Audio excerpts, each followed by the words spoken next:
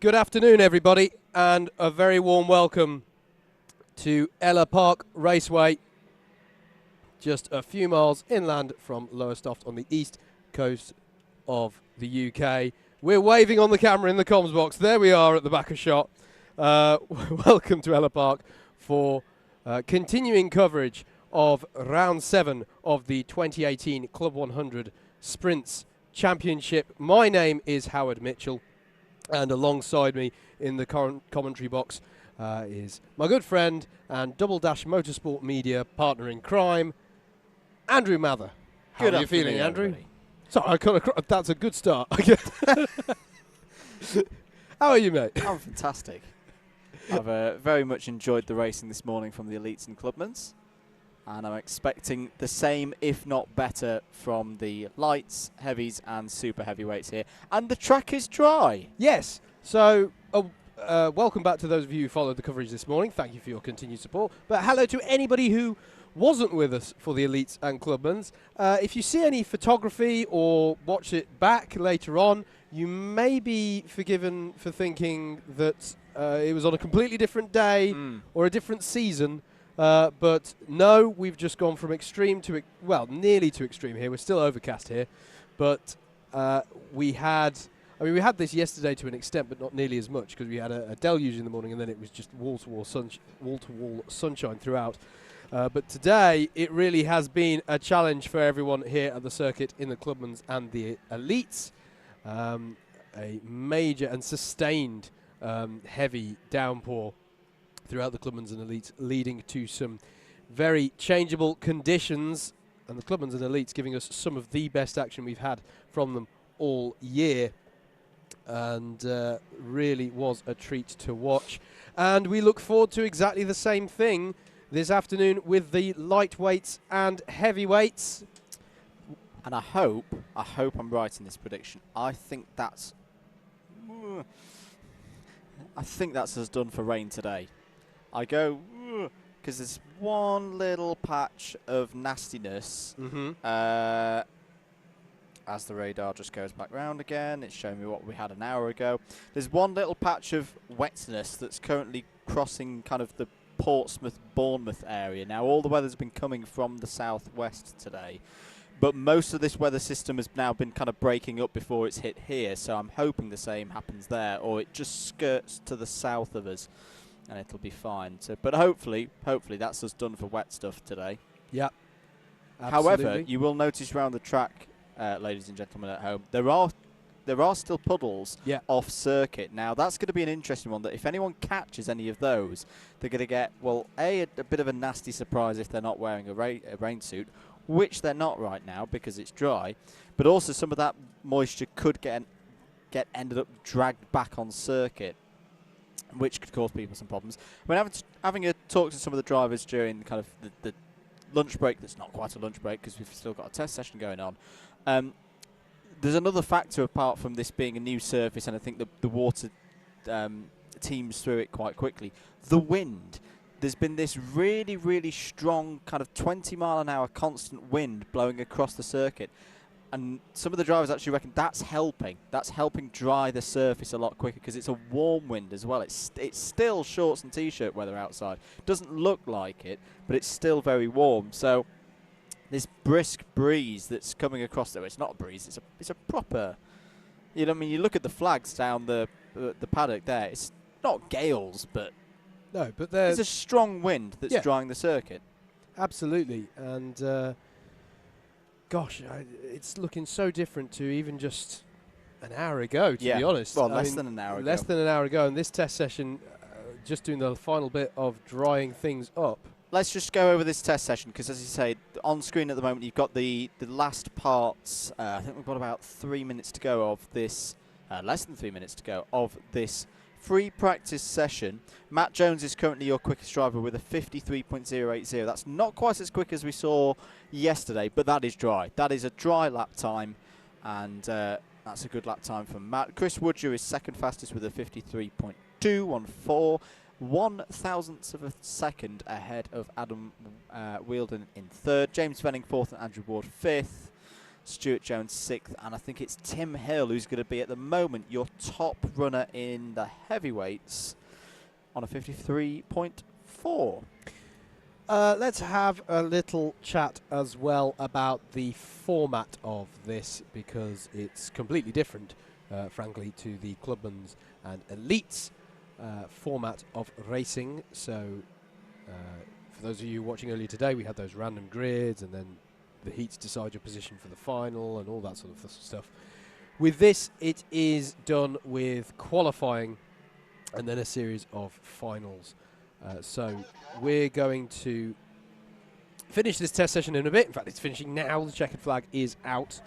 And then there'll be a brief driver's briefing from the man with the plan over at Club 100, John Viger, commonly known as JV in the paddock. He'll do a driver's briefing because not all of the drivers who are taking part this afternoon take part in this free practice session. So you have to have a fresh briefing for that. Then we go into the practice qualifying sessions. And we're going to cover that for you. We always like doing that because it's a bit, I stress the a bit more chill. You know, we can just talk a bit whilst they're doing the practicing. I say that, it's not for you, mate, because you're the one doing all the frantic maths usually. But up until the last couple of minutes, it's fairly chill. It gives us a chance to talk about the classes in detail and give everybody a mention. But yes, it does get frantic at the end, because what your aim is, there's 2 qualifying groups for each of the classes. So we'll go lightweight group 1 and then lightweight group 2, then heavyweight group 1 and heavyweight group 2. And the top half of the field from across both of those sessions will form up the grids for the A races and the B races. So you're going to hear us referring to that throughout the afternoon. The top half goes into the A field, the lower half goes into the B field. We then go into a series of what are commonly referred to as pre-finals, but it's important to stress they are worth as much in terms of championship points as a regular final.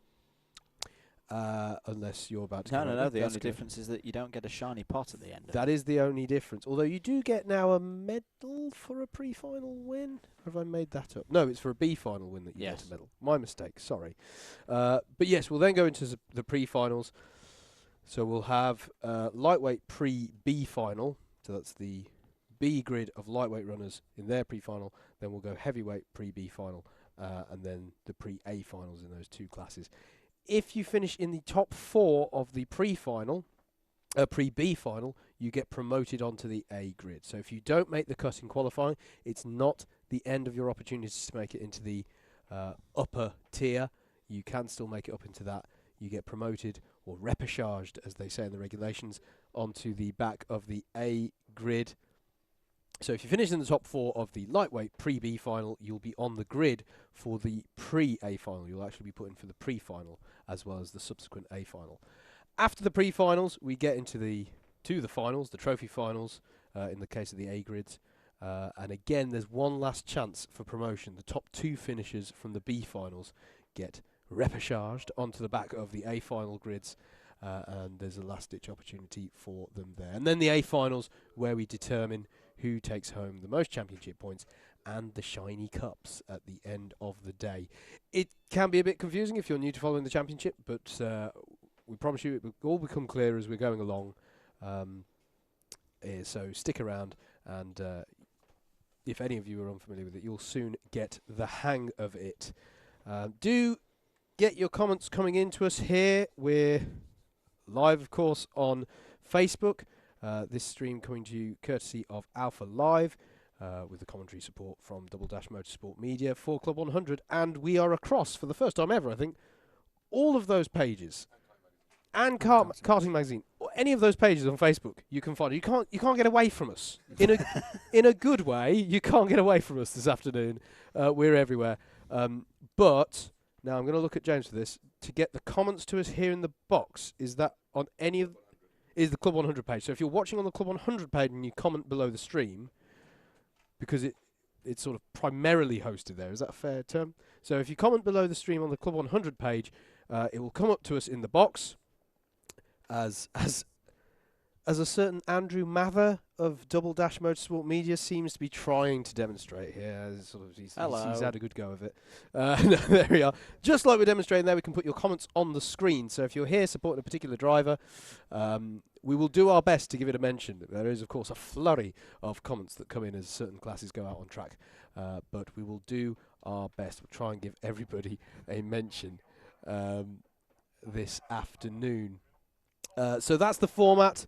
Interact with us, and like everything, follow people, follow Alpha Live. If you like what you hear, give Double Dash Motorsport Media a like. Obviously, Club 100.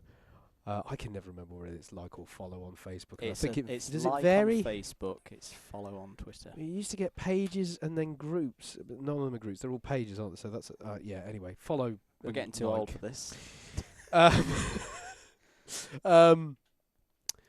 So yeah, interact with everybody, and yeah, let's get talking. There's brilliant interaction on the stream this morning. Thanks to David Whitehouse, we have to say, who keeps supplying us with all of these statistics. He's our key and statistician. Look at that for dedication. Taking us to the. We don't know why. I hope that's. We're not out on circuit today. I'm not going to injure myself today. No. Oh, of course. Oh yes. gosh. Yes. Sarah is due. My goodness. Well, as I say, I come back to the point. That is dedication. So thank you very much, David. Yeah, that's dedication. Imagine if the first thing that new baby hears is me going, "Oh, and they're off at turn 1." That's a terrible start there. So I just realised what I just said there. Anyway, I didn't mean that. Anyway, so here's the driver's briefing going on now. JV is the man on the podium. And we're back to intermediates because the high-vis has gone, so the high-vis coat's gone, but we're not quite back to full shorts and T-shirts, super soft tyres. We fitted an intermediate John Viger outfit. Yes. Sporting the grey Club 100 gilet today, I know. Yes. It seems to have... to me, he always seems to have an endless wardrobe of these things. I don't know. I've seen every colour under the rainbow of his Club 100 gilets. But there he is anyway. Oh, we're just monitoring, not labour yet. That's good. I think that's beneficial for everybody. Yes, that is beneficial for everybody. To be heard by a new human life. Yes. Is this northern voice. Never mind. Should we talk about some championship standings? Yes, all right, mate. I can't remember if you've mentioned already. General running order of the day will be lights followed by heavies. So I'm going to talk about the lights first. I am loving this lightweight sprint championship. I mean, I'm going to be honest, I'm slightly annoyed that I'm not in it. But that's my decision to step away from the racing of the sprints because I kept falling off. This championship is getting really, really tight. The scores on the doors as they are now, drop scores have come into play. So the drivers have had 12 opportunities to race so far this season. So that's 2 finals in each round. So we're now looking at the scores, basically their best 6. So we've taken their best 6. That's what's in the championship standings at the moment. And currently the worst 6 are kind of binned off. We're not counting those at the moment. Leading the lightweight championship, therefore, is Chris Woodger on 774 points. Second place is Mike Noon on 768. That's 6 points. Yep, I can do maths between the two of them. And Freddie Fincham in third on 753. Fourth, James Venning on 750, who was very quick in practice a short time ago. Fifth is Matt Jones. Now, Matt's not been to all the events, so I think his position's a little bit deceptive. But he, again, was very, very quick in practice, so watch out for him. He's on 744. Adam Wielden is then 6th on 733. Ben Atkinson is on 732. 8th is Rob Langthorpe on 731. At the moment, and I'm looking at that top 8, and any one of those 8 drivers could, in my book, win the title. And you've still got 2 outside bets, I'd say, as well, of Andrew Ward in 9th place on 716 and John Gooch on 710. It is really, really tight in lightweights, and it's kind of the same as last year. This is the group that was on the outskirts, or the bottom half of the top 10. They've all stayed around, and they're all having a really good go at the championship this year and being consistent. None of those drivers have had any really bad days so far. Heavies. To be honest, it's a similar story, if not even closer. Seb Algieri currently leads the championship on 765 points. Second place is Tim Hill on 758. Now, he has had a couple of races where he's come towards the bottom end of the field. So he's kind of... I talk about having used up drop scores. I would consider that Tim's already used up 2 of his drop scores, whereas Seb's got a bit more leeway in that his drop. If he was to have a bad race, it's not like it's going to accumulate on top of already bad races that have been run. Third place is Ben Bennyworth on 752. Then you've got a tie for fourth between Stuart Jones on 747 and Nick Trafford, who last year's super heavyweight champion has trimmed down quite dramatically. And is there a bit of rain? There is a bit of rain. A little smattering of rain. Sixth is Steve Bosley on 743. So that's the top 6 covered by 22 points. Yeah. So key things there. Stuart Jones had to miss the last round. Good to see him back for this one. So he formerly leading this championship. So it'll be interesting to see how he does today.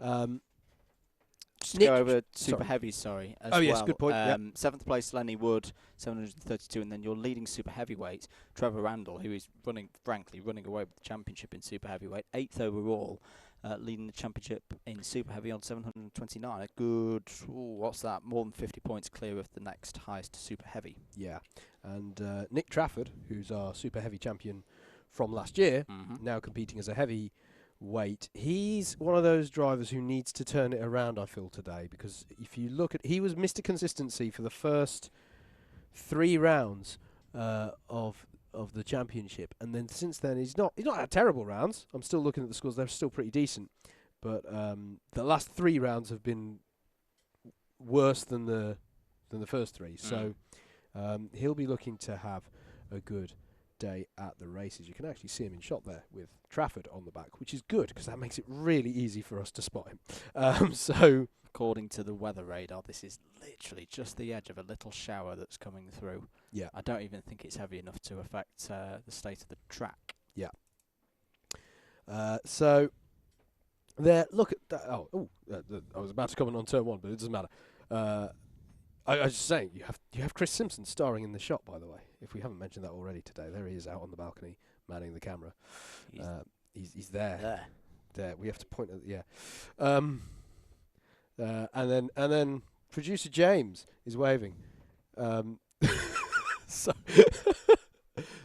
we just watched James trying to indicate to wave, but he's pointing at us. Oh no! Not again. James, you communicated the wrong thing. No. Hello. Hi.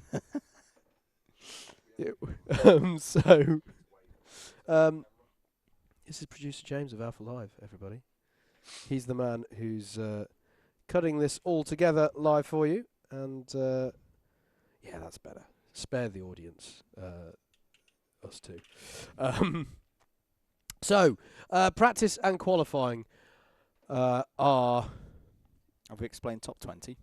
We've explained top 20, well, in a simpler term, as you want to be in the top half of the field. And the good thing is, with the dry track, that means... Yes, that's what I haven't explained. Sometimes if you have changeable conditions between, say, Group 1 and Group 2, say Group 2 is significantly slower than Group 1, we take the top 10 from each group and then kind of have a row-by-row face-off of if... you were 3rd place in your qualifying group, but you were faster than the other driver who got 3rd in the other qualifying group, you'd get the priority on the grid, so you'd get 5th place on row 3. To any motorsport nerds who are watching, I know it's not always a series that motorsport nerds go to. I think it should be. The case in point in professional motorsport is Formula E. This is going to be an obscure reference. Formula E, London E-Prix in 2015, when it absolutely bucketed it down for the last 2 groups in qualifying, and that's what they did. They did first and first from each second, second and second, and third and third. So that's the precedent you've got there. if any of you are familiar with that. I may be being a bit of a Formula E nerd there, but that's how that was done. Wind's got up again. Wind has got up, and that's been a significant thing throughout the weekend. It has, no matter what the weather, it has been really blustery. In the heat, it was really good. It took the edge off that heat. In the rain, it basically made the rain go sideways. So, you know, it's a varying thing, but it's not always been coming from the same direction either. So you've been having tailwinds, headwinds, crosswinds in various parts of the track, you know, and which can unsteady the kart. And we're talking small margins here. How small? Well, we don't know that the wind played a factor, but we saw a leader in a Clubman's race today spin out, unforced error, coming over the rise into Clinton's corner. You know, so many moments this morning that turned either into brilliant saves or, you've just gone into the spin there, you've just coaxed it in. So under those conditions, does wind play a factor? Can do in these karts. But there we go. So that's a feature as well. But hopefully the rain, in fact, has it actually stopped now, the rain? I can't see any fresh raindrops on that window, so I think it has stopped. It's blown over. Much to the relief of the fantastic camera crew we've got here today, who did brave the conditions this morning and worked really hard to make everything work. So thank you to them. Right.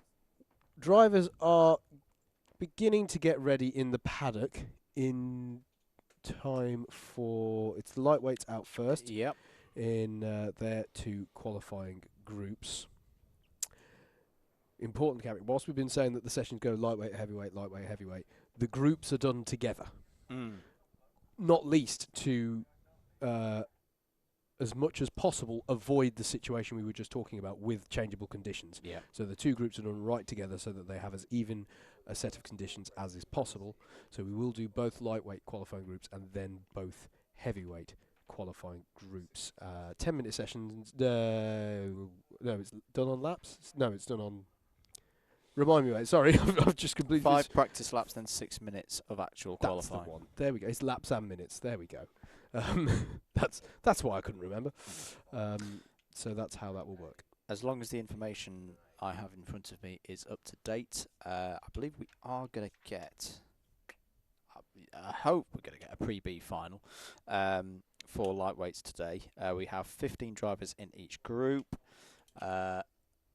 I say hopefully, maybe, possibly, is because the lightweight class A final number of drivers in it is 26, and there's a cut-off point where, to make sure that we have enough drivers for a reasonable number in the B final, they might cut it off. So we had it a couple of times in lightweights last year where there were like 29 of us. Yes. So we just all went into a pre-A final. Yes. Which, yeah, I can see why it happens, because a 5-kart race or a 7-kart race isn't going to be the most exciting. But I always quite liked having the B final there as a chance for drivers to take a race win. A B final race win, but a race win nonetheless. Yeah. So we'll see what happens there. We'll see how it gets confirmed. And it is well. So this is it's a great track, but it can be a bit out of the way for some who compete in Club 100. But we've still got 30 lightweights here, though. We've still got 30 lightweights, which is a really healthy grid size. And this track, of course, as the karts come out for practice quali 1 in the lightweights class. I'm going to introduce them as they come out on the track. So we've got the 16 straight away, which is not a number I was anticipating coming out. I think the information in front of me is actually incorrect. Apologies, folks. Talk amongst yourselves. So no, it's heavies. These are heavies. These are heavies. That's fine. The information was right, but the wrong way around, if that makes any sense. Okay, so scrub what we previously said. It's going heavyweights, then lightweights. That makes sense. Right, so we've got Ben Johnson out in the 16, Daniel Taylor in the 55, Andrew Griffin 90, Miguel Hall in the 19, Doug Cook in the 35, Wayne Dunham in the 66, Seb Algieri, championship leader in the 57, Robert Stapleton in the 29, David Sterling, there he is, in the 23, 60 is Kelly Rogers, 5 is Jonathan McLeod, 36 of Mike Bodner, 33 of Lenny Wood, 41 of James English, 47 of Andrew McSherry, 34 of Peter Gillett, 63 of Nima Opavar, 43 of Trevor Randall, that's your super heavyweight championship leader, 40 of Stuart Jones, 20 of Ben Cottle, number 87 of Mark Appleton, and Ben Bennyworth, number 2. So that's 22 drivers out on circuit at the moment for this first qualifying group for the heavyweight class. Top 20 will provisionally be in the pre-A final automatically, but in reality, what are we going to say? Probably if you're in the top 15 at the end of this session, you stand a chance of being in the top 20 once Group 2 has run its laps out there. So free practice for qualifying Group 1. Couple of thoughts. Just when I was, whilst I still have the thought in my head, worth mentioning, whilst, as we were saying, it's a bit of out of the way, this circuit is on the calendar out of popular demand. Yes. This wasn't on the initial calendar announced for this year, but the reaction was, the response to JV was, please could we have this, we really like this track, and here it is. So good, nice to see, JV and the guys, they do listen to the audience, and folks wanted to come here, and here we are, and it has provided so far this weekend some absolutely superb racing, and I've no doubt we'll see more of it. Another couple of thoughts to have.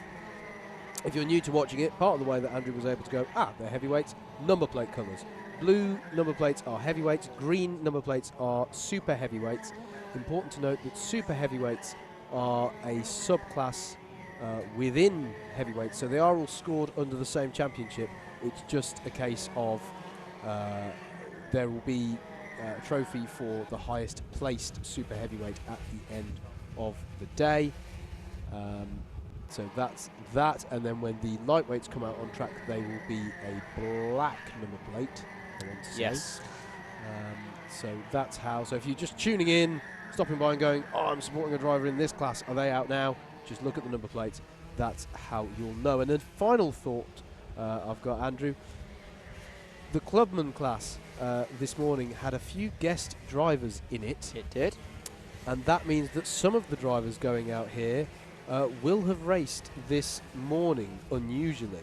Now, that's nothing massively new, because you get drivers who race in endurances as well on the Saturday. So it's not like some unprecedented, unfair advantage, and it particularly isn't an advantage in the sense of the conditions are completely different. But it's worth bearing in mind. We've got the likes of Ben Bennyworth out there, Mike Bodner, Mark Ridout is out in this session. Drivers who have featured in Clubman's this morning. You've also got it the other way round. I was speaking to a couple of the drivers during the lunch break. One of them is Rob Moore. Rob Moore's going to have a guest appearance. Yes, and I just realised roll back the years. Yes, I just realised, as I said, Mark Ridout. Then that's an example of that as well. Yes, so plenty of drivers doing plenty of karting out there. We're still in the free practice section of this session, so this is the 5 practice laps that all drivers get to get themselves up to speed, check the karts over, check they're okay, before they then see the green flag. The green flag will be, or the green light will be illuminated on the DigiFlag, which is just on the right of your screen. You're looking at the back of the DigiFlag, that black panel on the gantry there. That'll illuminate green. That will tell the drivers that the qualifying proper has now started, and that should be in about a minute's time, because I'm just starting to see drivers come over the line having completed 5 practice laps. There is Mark Ridout, by the way, who we just talked about. There's David Sterling in the 23, championship leader 57, Seb Algieri there as well. Now this is quite a crucial point of the qualifying session, in that it's nice to have a free bit of clear track at this stage, so you can get a nice quick lap in nice and early. That's why Seb Algieri is so keen to get past David Sterling. Now he's in a good position. He's in a really nice position now, clear ahead of the rest of the field. I think it might be the 77 of and green flag, so qualifying has now begun. That is the 77 behind him. So what's happening here, for example, a little battle going on between Seb Algieri and the 77 of Darryl Lowe. that's not, you don't want to be having too much of that in a practice quality session. You want nice, clean running. And there's a driver who's done it very, very well. Miguel Hall goes provisional pole position at 53.583. That's a pretty decent lap at this stage of the qualifying session, so good start there from Miguel Hall. Drivers coming over the line now to finish their first flying laps. Here comes Jonathan McLeod over the start-finish. So we watch Darrell Lowe continuing this lap. Jonathan McLeod goes over with a 55.115. That's a good super heavyweight lap time there. We're keeping an eye on the championship leader though, Seb Algieri, and one of the guest drivers, Darrell Lowe. Daniel Taylor goes up into second place at 53.893. Ben Cottle now beats, and new fastest lap, Mark Ridout takes provisional pole position at 53.375. Seb Algieri pops into 7th place and has also got a contact with it. If I was Seb, I'd just, you know, I know it's risky, but I'd sacrifice a lap and just get myself some clear bit of track. So yes, Mark Ridout, pole position then. Everyone has completed one flying lap, 53.375 currently the time to beat, and that's quicker, I think, than Tim Hill went in free practice earlier on. So I reckon that's the fastest heavyweight time we've seen so far today. Trevor Randall improves to 5th at 53.787 for him. Stuart Jones goes into 2nd place with a 53.567. Howard? I just wanted to talk a little bit about the layout of the track. So we're looking at the number 2 of Ben. Now we're looking at the Darrell Lowe and Seb Algieri. Now we're back with Ben Beddyworth. That's actually a good move. Put Darrell ahead of you because you know Darrell's quick. Indeed. So just follow him round. Just to talk you through the track, Ben Beddyworth has just gone through turn 2, which is a double apex left-hander. He comes out of that, and now he's going to break into Cheneris. I've just gone and forgotten the name. Thank you. It is Cheneris. So that was the left-hand hairpin. He's then gone through the 4 and 5 left and right sweepers. Fast corner then he's gone down into the rise into this is called Clinton's, a right then a left leading onto the back straight. Got to be careful braking there, car gets unsteady as it goes over the rise. Then he goes through this penultimate right-hander, which is a basic 180 degree hairpin, and then through this left-hander.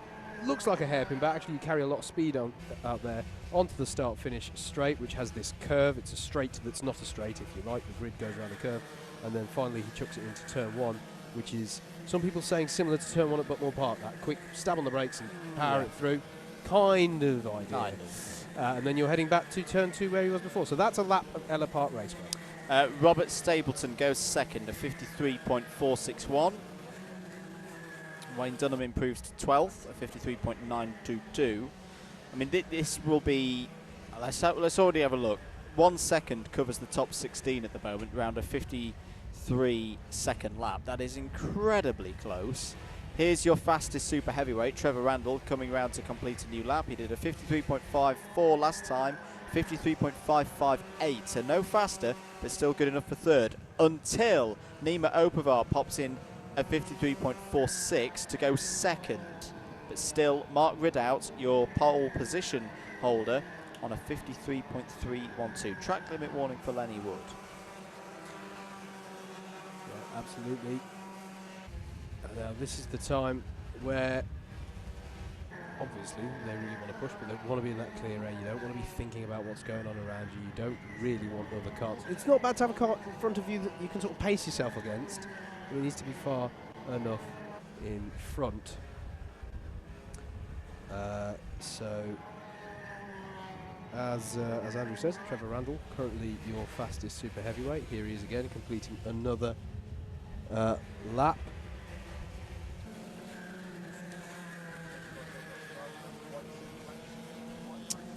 We've got less than a minute of this session to go. And Mark Ridout goes quicker, 53.132, and gives him a gap of 0.3 of a second. There he is. Now he is a guest today. Obviously we talked about Mark Ridout running in this championship last year. Did very well. And clearly he hasn't lost any of that form. I've also just had a note from David Whitehouse. They'll be racing for pots only. So trophies only, no points, and will be excluded at the end of the race, which seems to be fair enough. That is fair enough, definitely. But they still get the pot, and I think that's yeah. the most important thing for them today. Yeah. We're getting to, and we've seen a checkered flag, so let's see how things are going to lie at the end of this first group. Mark Ridout should have pole position, 53.132. Nima Opavar still second on a 53.460. I'm having a look around 10th place, a 53.716. Currently, Seb Algieri. Now, this could be a bit of a nervy next 15 minutes or so for the championship leader, because he's right in that awkward part of the timing sheets where if we get a particularly quick Group 2, he could be out. He could be out of the Pre-A final. Now, yes, he got a Pre-B final that he could race through, but that's easier said than done. There is Seb Algieri. He has crossed the line. Yeah. So it's Ridout from Randall, Opavar, Robert Stapleton 4th, Stuart Jones 5th, Miguel Hall 6th. All of those should be safe in the Pre-A final. Darrell Lowe 7th, James English 8th, Ben Bennyworth 9th, Seb Algieri 10th. This is the kind of nervy region. Ben Cottle 11th, Daniel Taylor 12th, Lenny Wood 13th, Mike Bod 14th, Wayne Dunham 15th, Ben Johnson, Kelly Rogers, Jonathan McLeod, Peter Gillett, David Sterling, Andrew McSherry and Andrew Griffiths. That was your 22, but there's going to be names in that, Howard, that could fall out once Group 2 comes out and give us a bit of an interesting Pre-B final. Yeah, absolutely. I have to say, Trevor Randall, fastest super heavyweight, second. That is extremely impressive for a super heavyweight driver. You don't usually see a super heavyweight qualifying that highly, but that is a very, very impressive lap time there. And immediately Group 2 of the heavyweights goes out. I would introduce them as you're rolling out onto track, but we can't see the numbers too well at the moment, so I'm just going to give you a rundown of who's out in this session. Listen out for the driver and their number, because that number stays with them throughout the season, who are out on track. At the moment, we've got the number 48 of Jeremy Deeks, the number 9 of Stuart German. Andrew Clark in the number 12 is out there, as is Chris Skivier in the number 3. The 22 of Andrew Cherry, the 31 of Craig Brown. Michael Ballinger in the 38. He's out there. Michael Ballinger, who had the win when we were last covering things in Shennington, his debut. And he was quick in practice. He was quick in practice, and he was racing here yesterday as well, so he might be one to watch. Jordan Salter in the 42, he's out in this session, as is Mike Kokutz in the 80. 94 of Rob Moore is out there. He's one of our guests. Mark Turner in the 13. The 44 of Chris Solomon. Steve Bosley in the 11. The 76 of Jack Hollingsworth. Vijay Patel in the 91. Paul Williams in the 65. Nick Trafford in the 26. Tim Hill in the 18. The 14 of Paul Goddard. The 78 of Glenn Orford. The 95 of Matthew Fawkes. And James Edwards in the number 8, who I'm going to also give a shout out, is returning to Club 100 action after suffering an injury in an incident a couple of rounds ago at Glanny Gores. So good to see him returning to action here. That's all of your drivers out in this session. Currently, of course, out on their practice laps of the circuit. Still, you can see plenty of crosswind there on the back straight, blowing the flags in the pit lane there. Pit lane not adjacent to the start-finish line here at Ellough Park. It's actually on the back straight, so you can see the pit lane there, even though we're not looking at start-finish. There is start-finish, and you've got the corporate pit lane there, and then us in the box up here. I'm going to give it a little wave. There you go. So that is the layout of the track,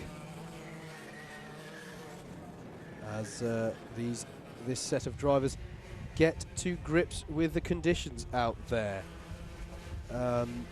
So we're looking they're looking to get to grips with it and get some space.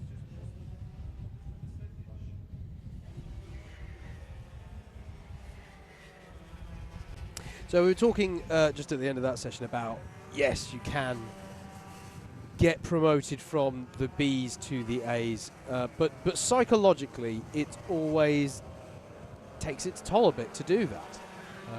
It's much better to just get yourself through on pace. It gives you the confidence going into the races. You can say, I'm here on pace merit, and I'm there, I'm here, I'm in the fight, rather than then being thrown into, oh, will I make it, or will something happen in my race, some random thing that denies me the ability to get where I think I rightfully should be, or where I would usually expect to be.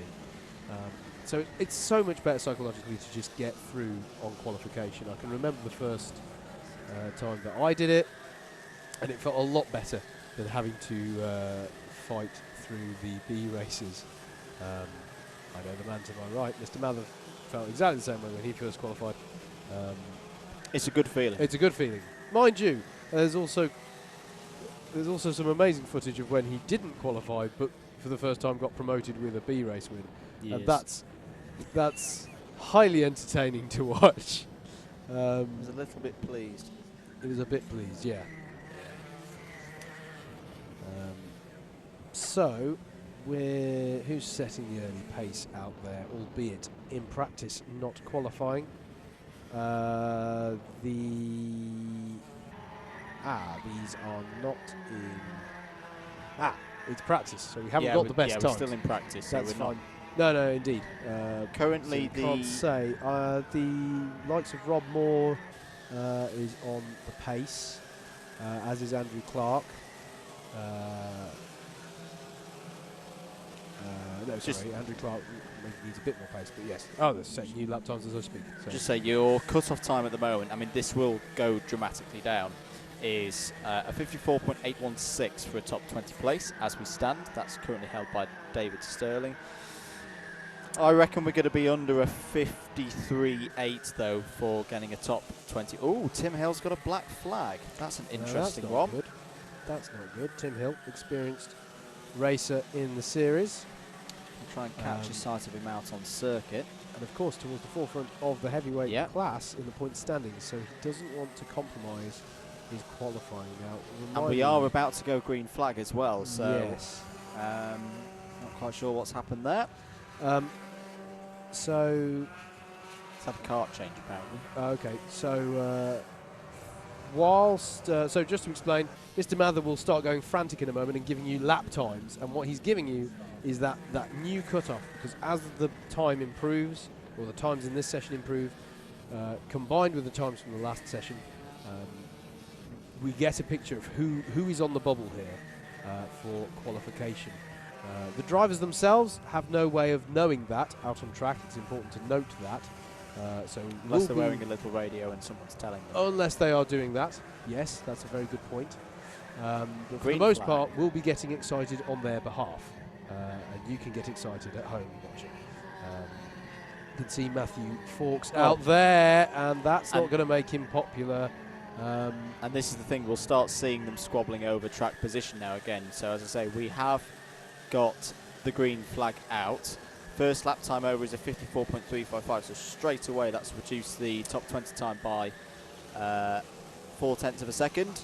Howard, you take over, because I'm going to start doing some crazy maths. Okay, so they're out now. I think I said Andrew Fawkes, so I meant Matthew Fawkes, of course. But anyway, the drivers on their first flying lap now. Michael Ballinger setting the early pace here of 53.390 on this one. So far, only 13 drivers have set the pace.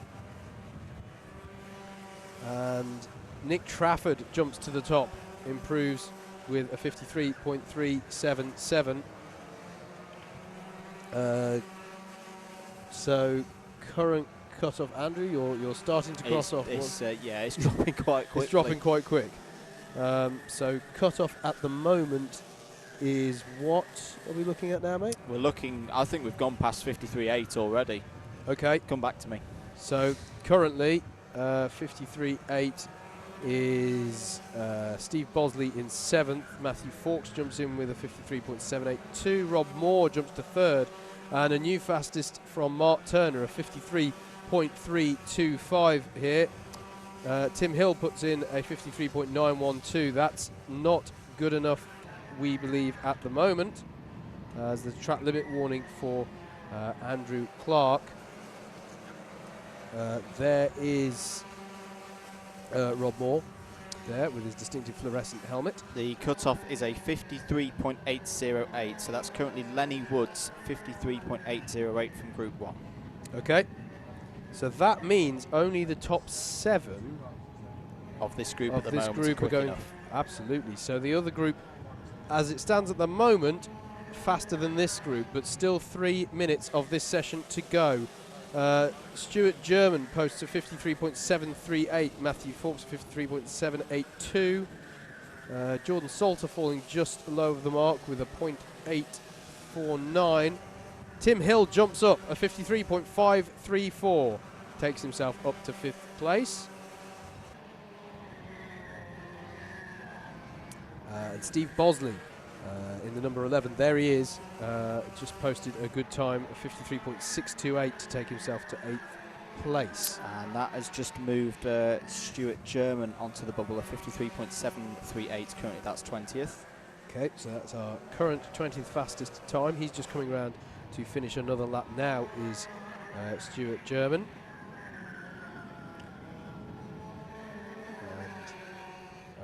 Popping up into 5th place now, Matthew Fawkes at 53.422. Stuart German just crosses the line but doesn't improve on that one. And Andrew Cherry improves to overtake Tim Hill with a 53.491. Just to say, provisional pole is still with Mark Ridout overall with his 53.132. Your driver on the bubble now is Ben Cottle on a 53.719. From Group 1. From Group 1. Yep. So, on the bubble, but nothing that he can do about it now at this point. It's wait and see what else happens. Paul Goddard improves to 16th within this group. Glenn Orford jumps up a 53.683. Here's the drama, Howard. The driver on the bubble now is championship leader Seb Algieri. And he's gone. He's gone. Jordan Salter has just put in a 53.690 that pushes the championship leader. And Tim Hill goes quickest in this session, 2nd overall. But the championship leader, Seb Algieri, is going to have to come through from the Pre-B. Nick Trafford, 53.151. That's the front row of the grid for the Pre-A. Yeah, Nick Trafford in the number 26, setting fresh pace there. Currently looking there at Mark Turner. He's in 3rd in the number 13.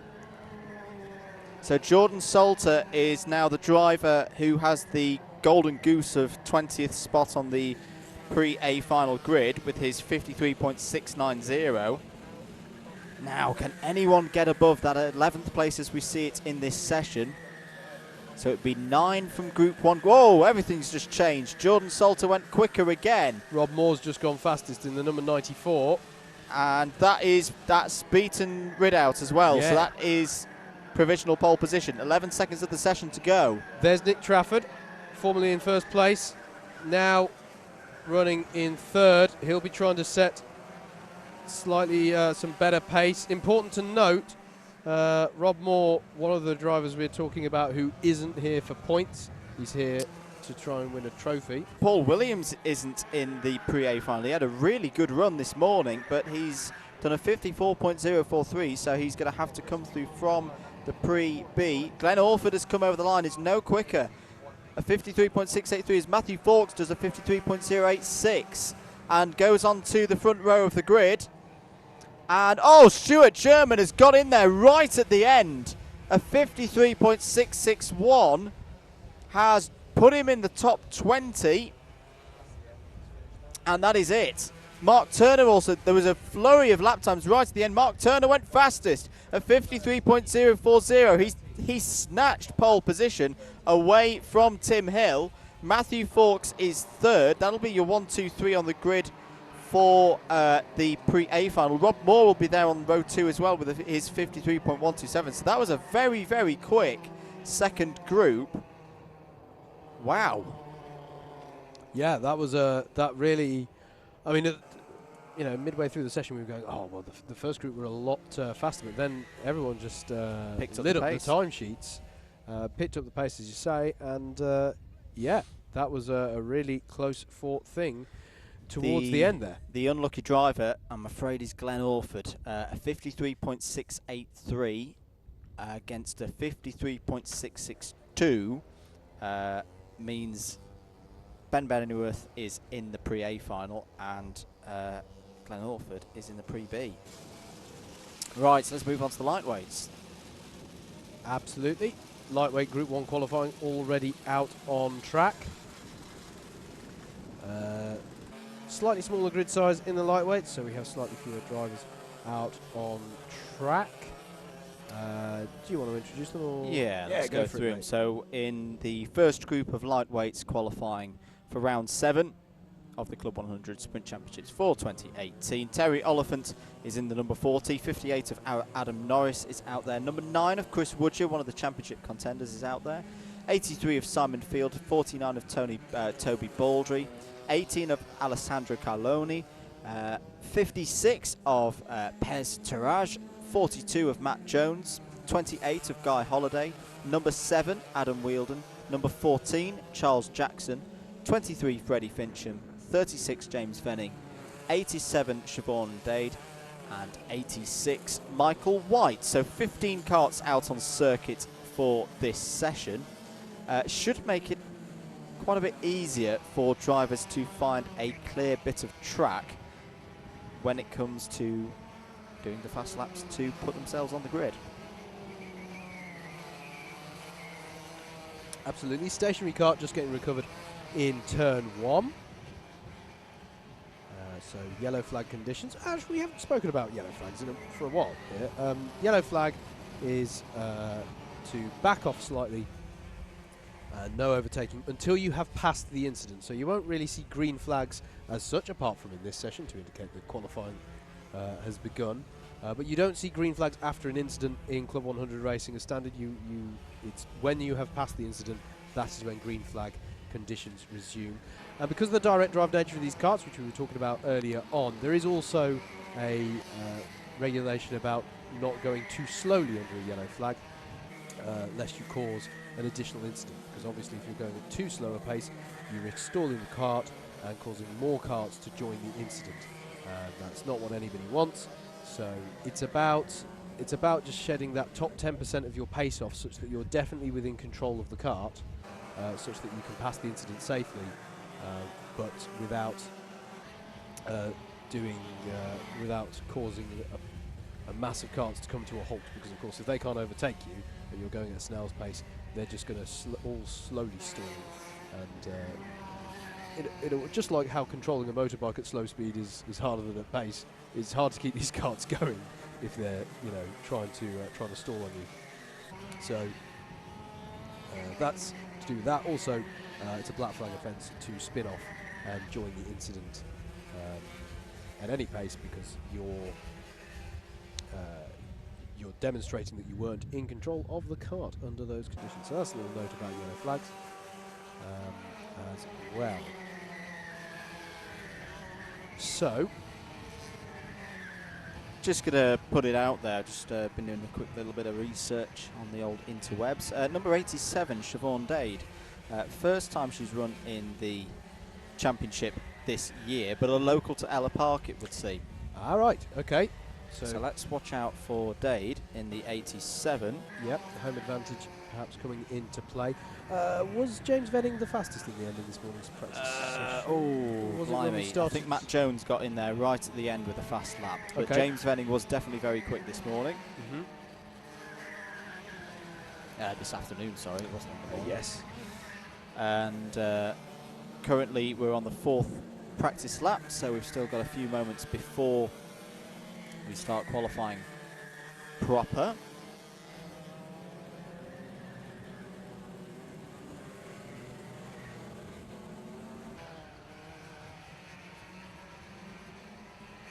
If we haven't mentioned it already on this stream, don't forget that you can get all of the live timing at live.alphatime.co.uk/club100, or simply go to live.alphatime.co.uk and click on Club 100, and you can see the full timing screen that we see here in the box, which is the all-important thing to watch, of course.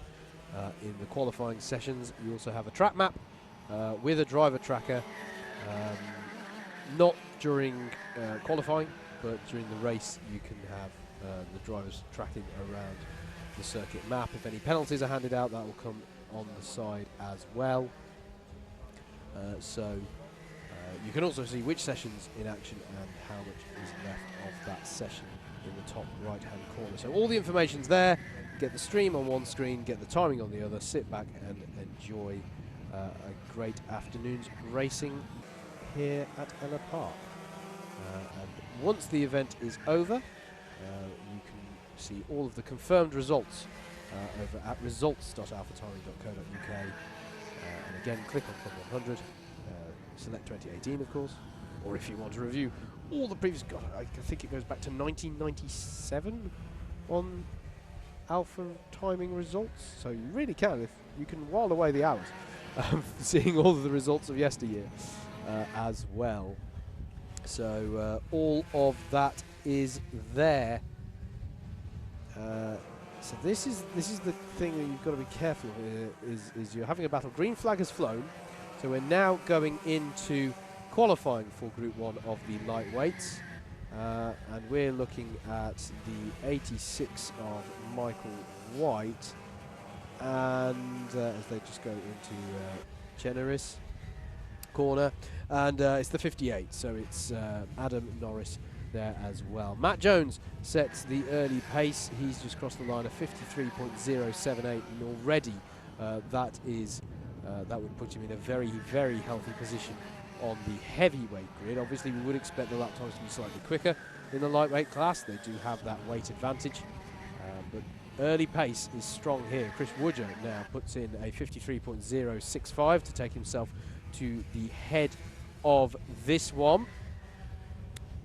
Those are the only two to have dipped below the 53.1 mark. James Venning currently in third on a 53.185.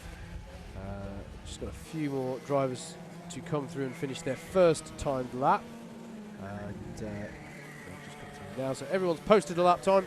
The fastest there, first blood to Chris Woodger, 53.065. Hello. No pre-B final for lightweights. Okay. So we've not hit that. So this is a straight qualifying into the pre-A.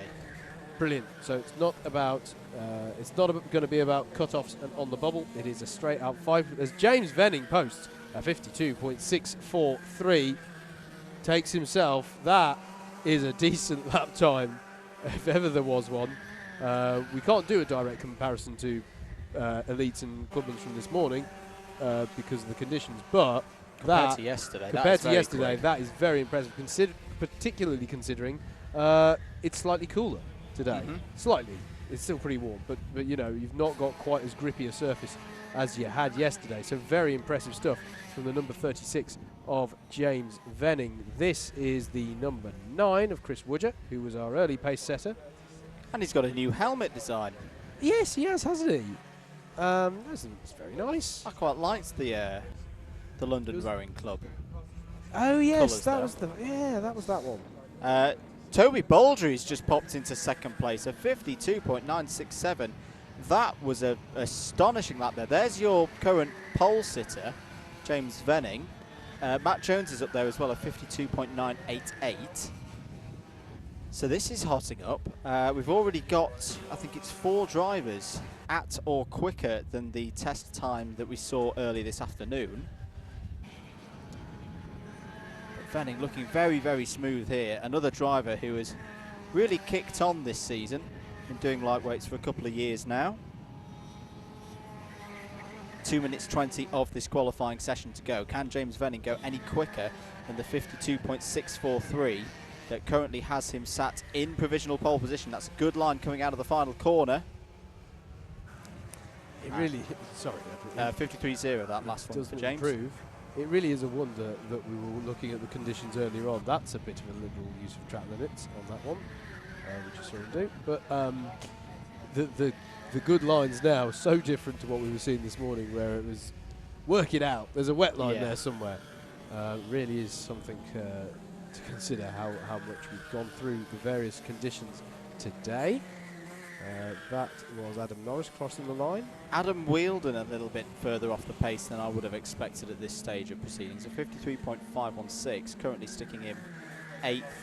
And there we go, just as to say that, a 53.202 for Wheeldon pushes him up to 6th place in this group. He'll still be looking to improve. Here's the 49 of Toby Baldry, currently 2nd on the grid, 52.967. And Chris Woodger goes quicker, 52.871. So Woodger onto the front row, well, at least for Group 1. And he's but still 0.2 or quarter of a second slower than James Venning. You can see there the back of Toby Baldry's car just trying to kick out as you come over that rise into Clinton's. That's where you're hitting the brake at the same time as the car comes over the rise. And it's important to try and to keep the rear of the car under control in that situation and keep the pace out through that corner onto the back straight. You can see him ducking his head, trying to get any advantage here in this session. As the 23, very briefly, of Freddie Fincham, currently 5th in this session. Another experienced driver in the lightweights, has been doing it for 3 or 4 years, also races for Loughborough University in the BUKC. Here is Chris Woodger then. Number 9, ran very well at Shennington the last time we watched him race. Current championship leader, of course, with 4 wins so far this season. Took the double at Shennington, but hasn't won since we were at Glandygores. Oh, he's pushing really hard now as we are seeing the checkered flag out. So this is the last chance for some of these drivers, well, all of these drivers now, as they come round. Is anybody improving? Adam Wheeldon's improved to a 53.029 to put himself 5th. Can Chris Woodger improve on the 52.871 that he set earlier in the session? He can't. It's a 53.307, so it looks like James Venning is going to have provisional pole position here. Woodger 2nd, Baldry 3rd, Matt Jones 4th, Wheeldon and Fincham 5th and 6th, Carloni, Alessandro Carloni there 7th, Siobhan Dade in 8th, Terry Oliphant 9th, and Guy Holiday, in 10th. So all of these drivers, all these 15, will be Pre-A final, because that's all we're having. 30 lightweight drivers means everyone is going to qualify straight into the pre-final. Reason being, we would have a 6-kart B final if we'd split them the normal 20-way. There is precedent for that last year, of course. Right, we roll straight into qualifying Group 2 then. Let's introduce them as they come out on track. Number 8, Darryl Snelling, starts in this one. 34, Craig Rankin, and number 1, Tom McKenzie. 67, Ellough Ribeiro. Number 5, Rob Langthorpe. Number 57, Joshua Sargent. 71, Andrew Farmer. 35, Billy Robson. 27, Ewan Bennett. 84, Martin Auger. Number 59, Daniel Crawley. 41, Keith Segal. Number 2, Andrew Ward. 51, Jed Hicks. And 24, Stephen Westwood. So some quick drivers in this one. But on paper, I would have said that there were more quick drivers that we regularly see at the front of the field in Group 1. So we'll see how that works out. Just to confirm then, the qualifying times from that last session. James Venning set a 52.643, one of the quickest lap times we've seen so far this weekend. He currently has provisional pole position. Chris Woodger should be far up the grid as well with his 52.871, but can any of these drivers, including their Tom McKenzie in the number 1, get themselves under that crucial 53-second barrier, which seems to be the pace that drivers need to get themselves towards the front of the order? Howard. Hello. Hello. I'm wired back in. So, as we've already said, there isn't going to be. We're not going to talk about drivers on the bubble here because there isn't going to be a pre-B final and B final in lightweights. But nevertheless, it's important to try and get as good a position on the grid as possible here. This is the number 5. This is Rob Langthorpe in the red and yellow helmet. Interestingly, he's wearing a rain suit. Yes. Does he know something we don't? Potentially. Potentially, but at the moment we don't think we're going to get any rain that warrants a rain suit. Yes, we might get a little shower, but nothing of real significance. I can't see anybody else out there letting for that, as there's a go on, keep it going. 71 of Andrew Farmer catches the curb, and you're seeing there the issue with the direct drive nature of the karts, or the issue I should say, the challenge. Oh, and he has come to a stop now. You saw there the challenge of the direct drive. He lost the momentum, the rear axle stopped spinning, and because it's directly connected to the engine and there's no clutch, if that rear axle's not rotating, neither is your engine turning over. Oh, he'll thank us for this replay. Oh. But there you go, just clipped the curb, and he tried to keep it going. So you can see there he's just trying to feed, well, you can't see what his right foot's doing, but he's trying to give himself a little bit of power just to bump start that engine again. You also saw him looking down to the airbox at his right. He was trying to cover the airbox just to choke the engine slightly to kick-start it. Sometimes that can help, particularly in cold conditions, but it wasn't to be there. But at least he can be happy that A, it happened in practice, which is the best time for it to happen, and B, he starred in a spontaneous demonstration of it for viewers at home. There you go. You can Alpha Live replay star. Indeed. So about halfway through the practice laps for this group of drivers. Oh, slippery surface flags out. Now that must mean that it is raining a little bit. It is rain. On our comms box window there are fresh raindrops here. So is Mr. Langthorpe going to be, there is the slippery surface flag. The yellow and the red stripes. Telling drivers to be careful. There is the number 2 of Andrew Ward crossing the line. Now this is a big opportunity now for these drivers, because I reckon this might throw us into that scenario you talked about earlier, Howard, of first place in this group will give you a front row grid slot. That's how it's dealt with when we go into differing conditions between groups 1 and 2. And I believe we're about to fly the green for qualifying, I believe. It hasn't come up yet. Tom McKenzie just crossed the line, having completed 5 laps. So we have had the 5 practice laps as far as I'm aware. And I would expect green to go any second now.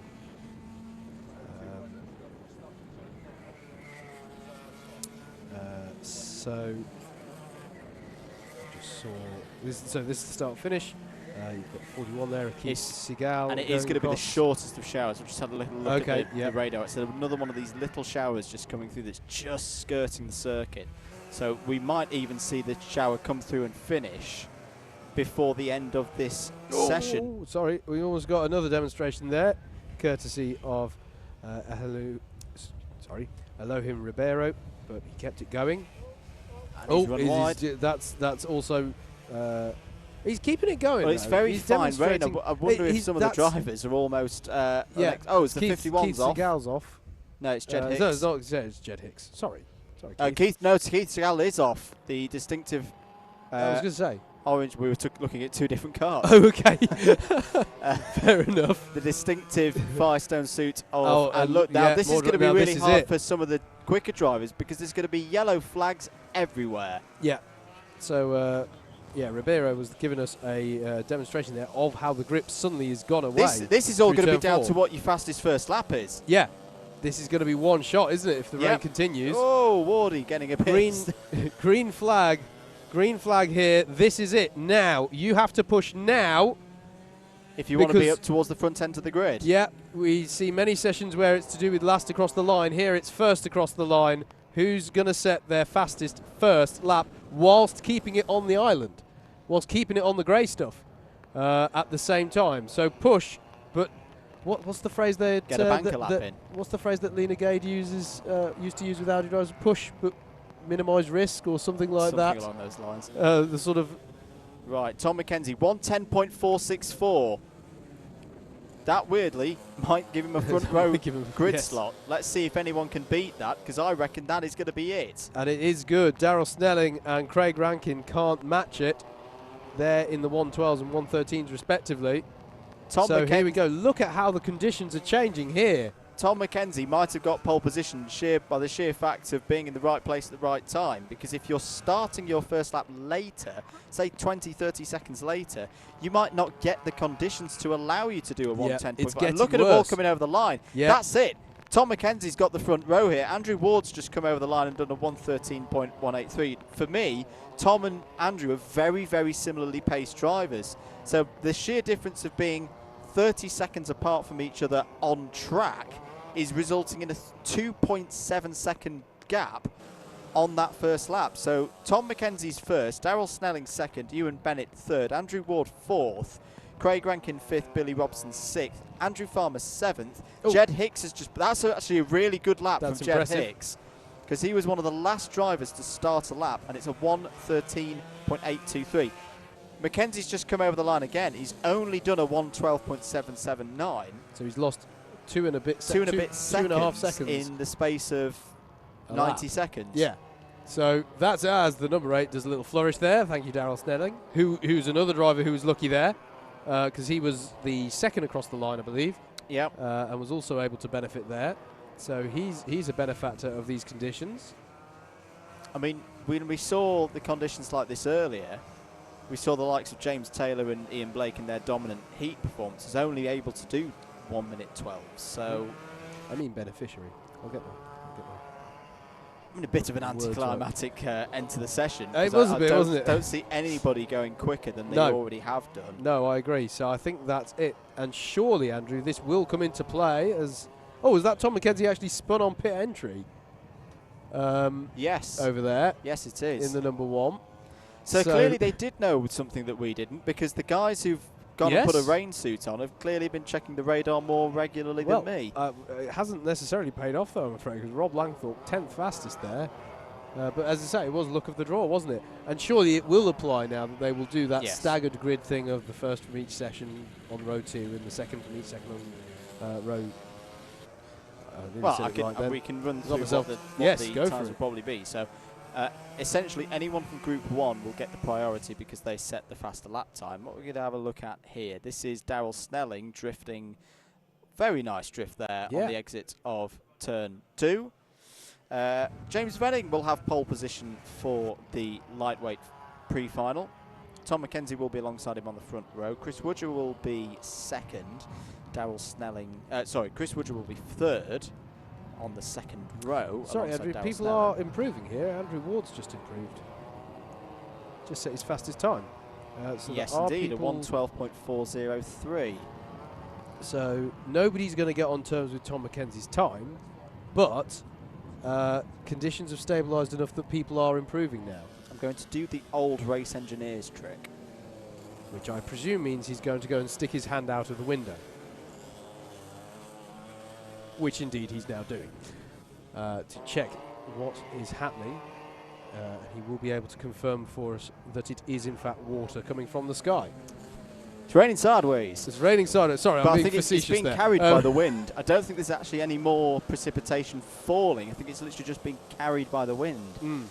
So, yes, I think you're right. You're absolutely right, Howard. We're going to get the reverse of it now. This almost could be like Silverstone qualifying a few years ago, where the track was drying at quite a rate, and it meant that if you were later down the road, like Nico Rosberg was that year, you'd get a good lap in. And look, Andrew Ward's just done a 110.793. Yeah, Rob Langthorpe just improved. Craig Rankin's just improved as well to 4th. You've got to push again. You've got to push again, and you've got to make sure that you're crossing the line with about 5 seconds to go, so you are the last driver to set a lap time, which is not going to be these drivers here. Here is the number 2 of Andrew Ward, as Andrew Farmer's just done a 1:10.578. It's dropping like a stone here. Watch out for Stephen Westwood. Yeah. Watch out for Daryl. No, Daryl Snelling's just going to miss out. And I think Westwood's just gone into the pole position in terms of this group. 109.663. Daryl Snelling 1:10.2. Now, who are the drivers ahead of Westwood? Because Westwood crossed the line after, well, he missed it by about 2 seconds. Who could set a fast lap? Look out for the 59. Daniel Crawley, he's got a good chance of setting a lap time here. Tom McKenzie goes quickest, 108.866. Can anybody beat that? Andrew Ward goes up to 3rd, improving again at 109.695. Watch out for Keith Segal. He's very experienced in this kind of situation. He's going to need to have a huge improvement, but he is a driver who's got a chance left. Andrew Farmer's still got a chance left. Keith Segal is just coming across the line and now. He goes 6th. And Andrew Farmer goes 2nd. Couple of drivers still to go. Jed Hicks, I think, is still out there. Or he might have pulled off. And Jed Hicks goes 5th. And that's it now. That is all of them. So, in spite of the drama, Mackenzie still takes pole. You've got to tip your hat to Tom McKenzie, because there were 2 situations there where you had to push and you had to be fast. And he did it both times. That's a very well-deserved front row of the grid. Yeah, sorry, front row, not a pole. But yes, absolutely agree. Well, you know, this is why it's nice for us to follow qualifying, Andrew, because that was a drama in itself. And did show how it sometimes is the luck of the draw, but you've got to be there and you've got to be pushing when it counts. So the grid by my reckoning will be Venning McKenzie, Woodger Farmer, Baldry Westwood, Matt Jones Andrew Ward, Wheeldon Jed Hicks, Fincham Langthorpe, Carloni Snelling, Dade Segal, and I'm going to stop there because we've got a race coming. Yes, we have. It's time for the Pre-B final in heavyweights as they come out onto the circuit. And we're going to get into our first race action of the day. So, championship points and, of course, the all-important 4 promotion spots to the A grid in this one. So as they go on the rolling up lap, let's give you your grid.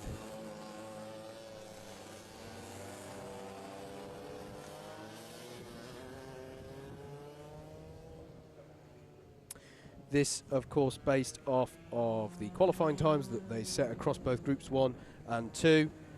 I'm going to look one last time to producer James. I'm going to start running through it because they're rolling up, and we will join the graphic if the graphic comes. So, Seb Algeri is going to lead this one away. He set the pace with a 53.716. Ben Cottle will be alongside him on row 1 of the grid. Jeremy Deeks and Daniel Taylor will make up row 2. Lenny Wood in the number 33, he will start from 5th, with Mike Bodner in the 36th, alongside him starting 6th. The 66 of Wayne Dunham starts 7th, with the 16 of Ben Johnson starting alongside him 8th. 9th place is the number 60 of Kelly Rogers, and she'll have Paul Williams in the 65 alongside, rounding out the top 10. 11th on the grid will be the 76 of Jack Hollingsworth, and then it will be James Edwards, one of our super heavyweight drivers, in the number 8 in 12th. There is your grid graphic. Coming up there now for if you've missed any of the ones I have said. I'll be carrying on though, just to make sure that we get through it all before race starts. 13th on the grid will be Paul Goddard. Jonathan McLeod will start in 14th. 15th will be Peter Gillett, with Chris Solomon alongside in 16th. 17th will be David Sterling with Andrew Clark in 18th. 19th will be Vijay Patel with Andrew McSherry in 20th. 21st will be Mike Kokutz with Andrew Griffiths in 22nd. And rounding out the 23 car grid will be Nima Opavar, who, although set a 53.460, got excluded from qualifying. Ooh. Weight, I'm guessing. Quite possibly. Yeah, that would... although we didn't see a weight. If he finished high up enough, oh yeah, would have been. Yes, good point. Weighed. Good point. Well made. Yes, hopefully over that limit now, if that was indeed the reason. 23 karts on this grid, and your only pre-B final of the day, of course. But given the state of the conditions, probably quite a good opportunity to come back through the order. I was going to say, one to watch, definitely. Although, notably, bear in mind, these guys qualified in completely dry conditions. Yep. And it's now a little bit damp, though it's drying out again. Tell you else who this is good for. Any of the guest drivers from this class that were in Clubman's this morning. Yep, very true as well. Not going to score championship points, quite rightly. Not going to be up for the drivers who are genuine heavies this year. Oh yes, yes, I'm with you. Yep. So the reverse of what we said. Those were guests this morning, but usually racing this. Good point again. Thank you, mate. Keeping me alert and on it. So here we go. I think we're good for a start now. Seb Algieri leading them round in the 57. Alongside him, the number 20 of Ben Cottle, who we saw in action this morning. So he will be one to watch. This couple time, of drivers off the back might not be good for the start okay, of this one. We'll see. No, it is going round again indeed. So they will do another rolling up lap as some of these drivers recover. Although under the regulations, they if they've fallen off during the rolling up period, they should go to the back of the grid. They should not resume their position on the grid. And they are at liberty, the marshals are at liberty to begin the race without. And Jack Hollingsworth is one of those drivers, so he's got to get a riddle on. I don't know if he did fall off. Yeah, it does depend when they fell off, I think. But generally speaking, they should. Now that always gets a bit confusing if you're one of the drivers that's like next to them in the grid, because you go, well, someone's supposed to be in front of me, and they're not there. And they're not there, and you don't know that they've fallen off unless you've passed them, stricken at the side of the road. So it can sometimes get a bit confusing, which is why, what do you do at the end of any rolling up lap, just in case it's the start, just in case you've miscalculated? Be on the back bumper. Be on the back bumper of the person in front of you. First rule of it. Looks like Hollingsworth is being allowed to pull his way through the order. Okay. So he's got to do it quick. If he does, we should be good to go on this one. Yeah, absolutely. Obviously, the crucial thing for the drivers at the front of the order is to not go too big at the start of this race. Yeah. It's not about winning this race, it's about finishing in the top 4. So the likes of Seb Algieri can afford to lose a couple of positions. What they can't afford to do is spinning off on the first lap. I reckon we're good to go, Howard. Absolutely. Algieri then leading them round. Ben Cottle alongside with Deeks and Taylor on the second row. The pace car pulls to the side. Eyes on the lights. Engine notes rise. We're green and we're racing in the heavyweights. Good start from Algieri. Cuts over to drivers left to hold off, but there's some other drivers trying things up the inside. Oh, through no, there is a spin in the mid-pack, and it's going to cause a lot of congestion further back as they all work their way around. The 55 gets a bit squirrely on the grass there of Daniel Taylor, but at the moment at the front it is still Algieri with Ben Cottle in second. Paul Williams has got himself up to third. Oh, and someone is off there. That's the 33 of Lenny Wood. But just as I said, don't bin it on the first lap if you're in the top 4. It was Jeremy Deeks, third on the grid, who had that spin in turn 1 and has cost himself a chance of getting into the Pre-A final. Ben Cottle's challenging at the front Seb Algieri here. Algieri is not getting a breakaway. Paul Williams, we saw him in action this morning, guests appearing in Clubman's, has had a lightning start from 10th on the grid. He's up to third, and bearing in mind as well, he's a super heavyweight. So doing fantastic work there. Getting a lightning start is Paul Williams.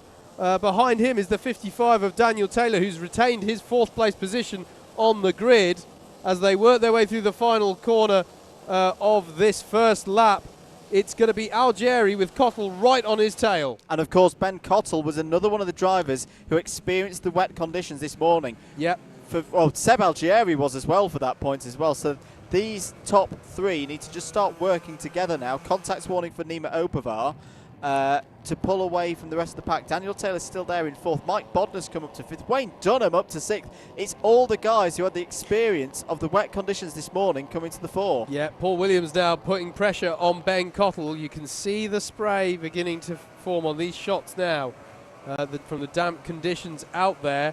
There's Pete Gillette fighting with Andrew McSherry. That's further back in the order. But this is your battle over 2nd place as Paul Williams goes wide through 4, hooks it back up at 5, and behind them is the battle between Daniel Taylor and Mike Bodner. Bodner, another driver who experienced conditions similar to this morning. Andrew Griffiths off at turn 2, so that's pretty much the end of his B final. 36 is attacking. Yeah, we just saw up the inside on the shot there, Mike Bodner on the 36, up the inside of Daniel Taylor, and I think he's made that stick. He has, and he's now challenging Paul Williams for 3rd.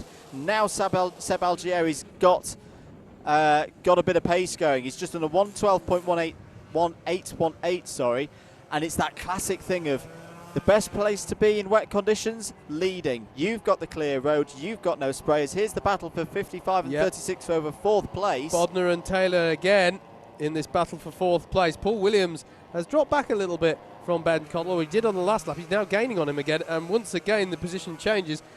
Because that was Taylor past Bodner, but Bodner now back pass. So Mike Bodner passes Daniel Taylor again. This is a fantastic battle over 4th place. They're going to dip through 4. They're going to experience the understeer of a damp turn 4 at Ellough Park. Then they're going to chuck it. You can see the back trying to step away there from Mike Bodner there. Down the rise they'll go into Clinton's corner.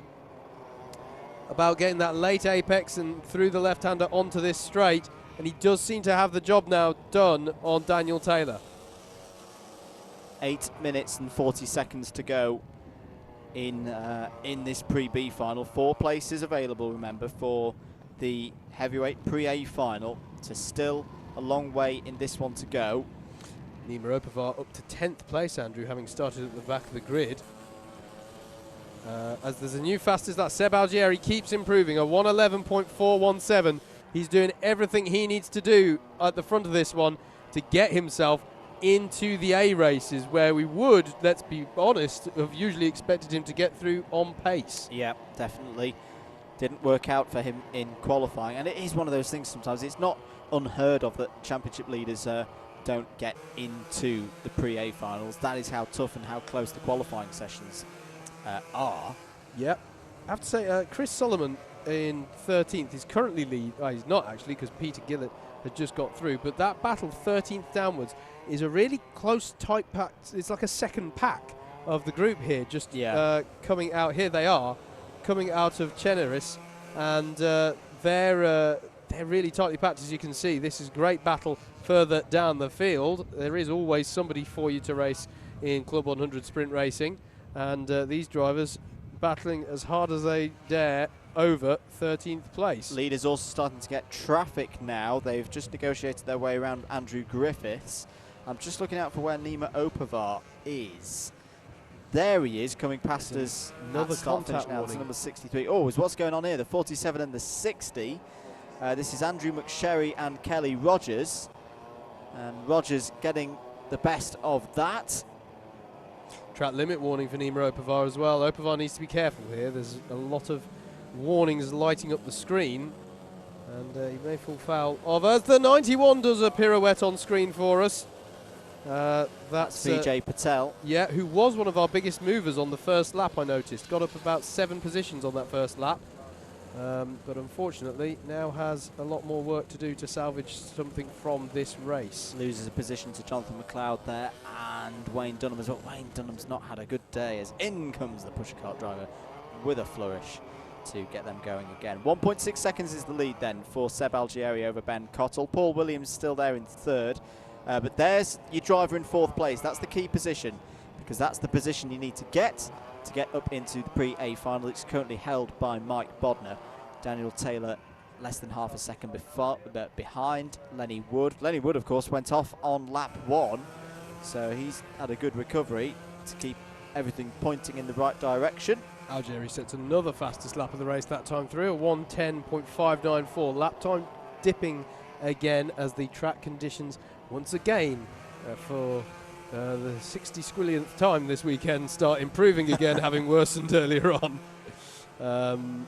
So it's again about these conditions are a challenge, Andrew. It's about finding. It's like it's about having that confidence. It's grippier this time. It will be grippier. It's better. I can go quicker. That's a skill in itself. Refinding grip.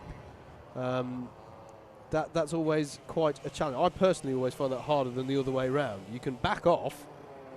And if you've backed off too much, then okay, you learn you can do it more the next time round. But to improve whilst not going over the limit, sometimes I can honestly say I find that a bit more of a challenge myself. Anyway, we're looking. It's not over yet for this battle for fourth, is it? Because Daniel Taylor is still on terms with Mike Bodner, who has off in between 4 and 5 there. We've got a stationary cart. Yellow flag out for that. Not sure which driver that is. Producer James is telling us that the leader went wide as well into 1, I take it.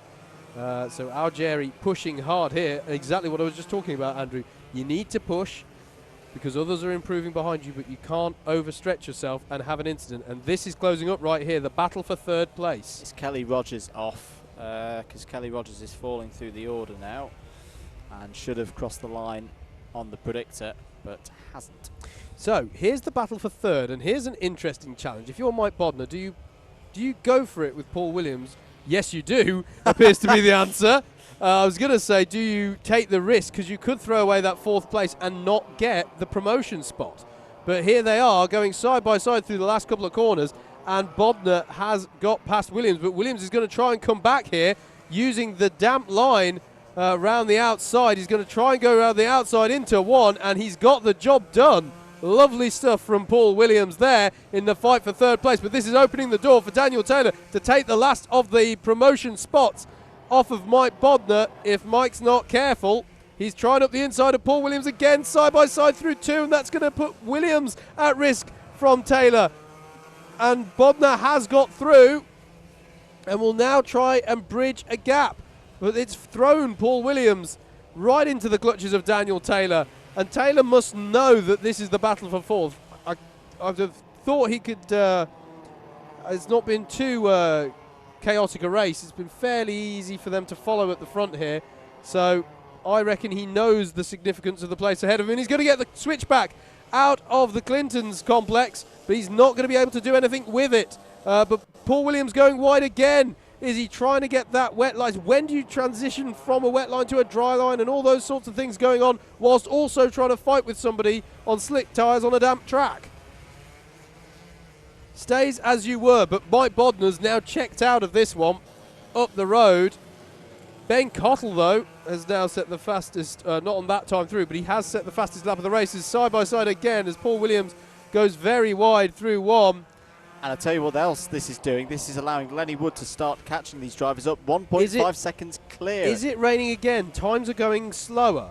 No, I think it's getting drier. Everyone's still blue. So why is it just traffic that Seb Algeri is slower? They're holding each other up. It might be traffic, actually.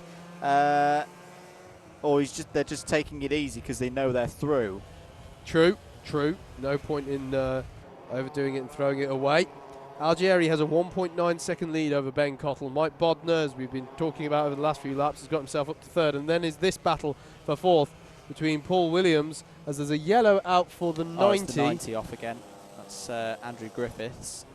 So that will freeze the battle for at least that corner, but they're immediately back to green flag conditions once they've passed the incident. There you go. Seb Algeri is just on a 106.468. Okay, fair enough. Yeah. So, yeah, absolutely blitzes the fastest lap, doesn't he? That's an improvement of some 2 seconds for Seb Algeri. Conditions improving. Paul Williams likes taking this wide line, but it's given Taylor a run here up the inside of 2, and he's going to go for it. Oh! And they both go out wide there.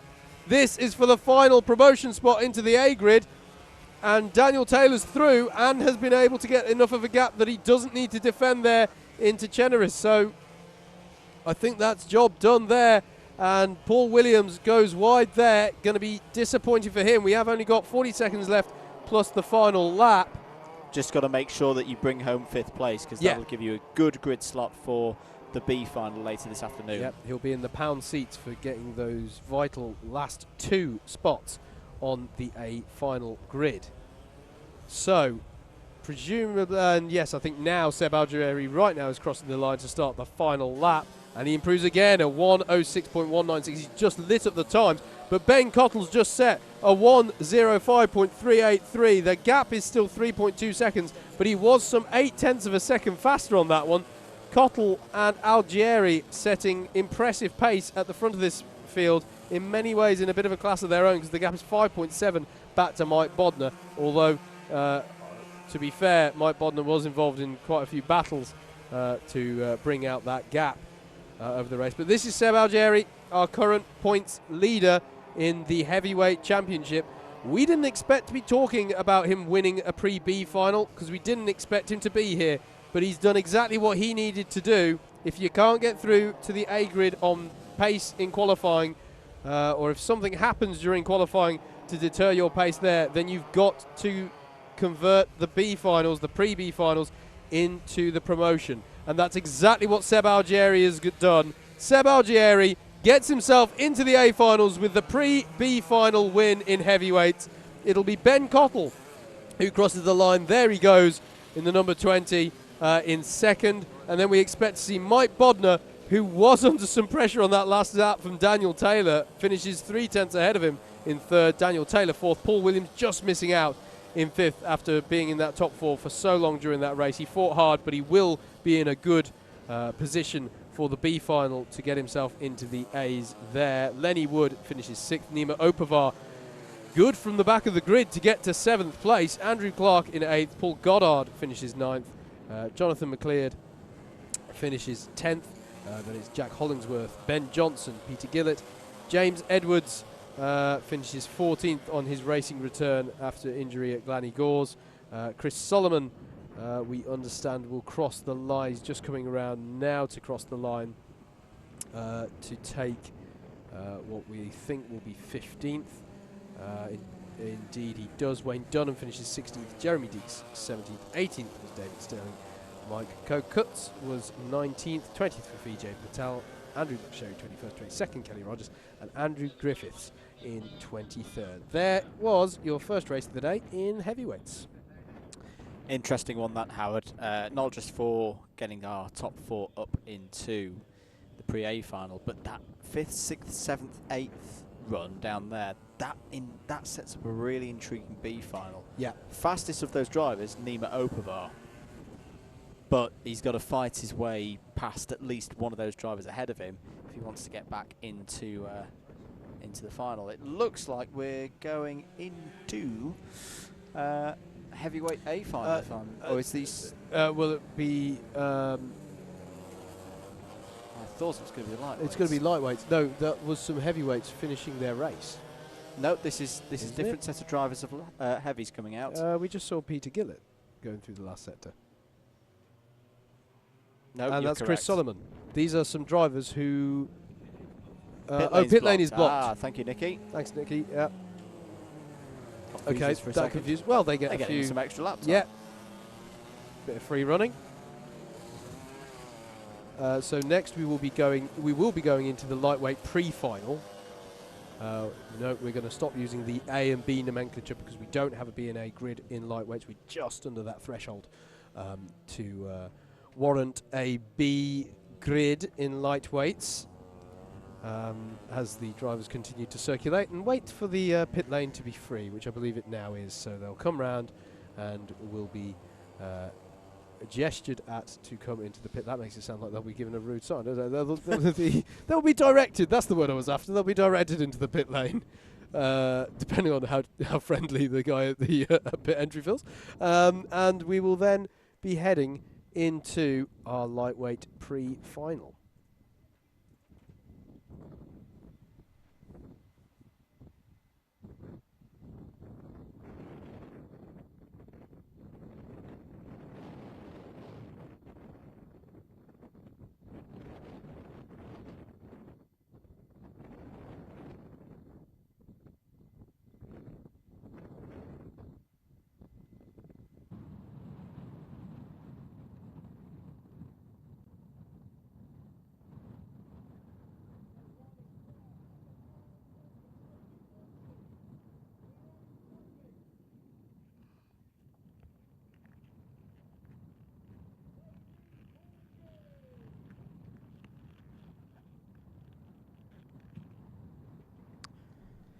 Welcome back, everybody, to Ellough Park for round 7 of the Club 100 Sprint Championships for 2018. Do continue sharing the stream on Facebook to your friends and family. Thank you for your continued support.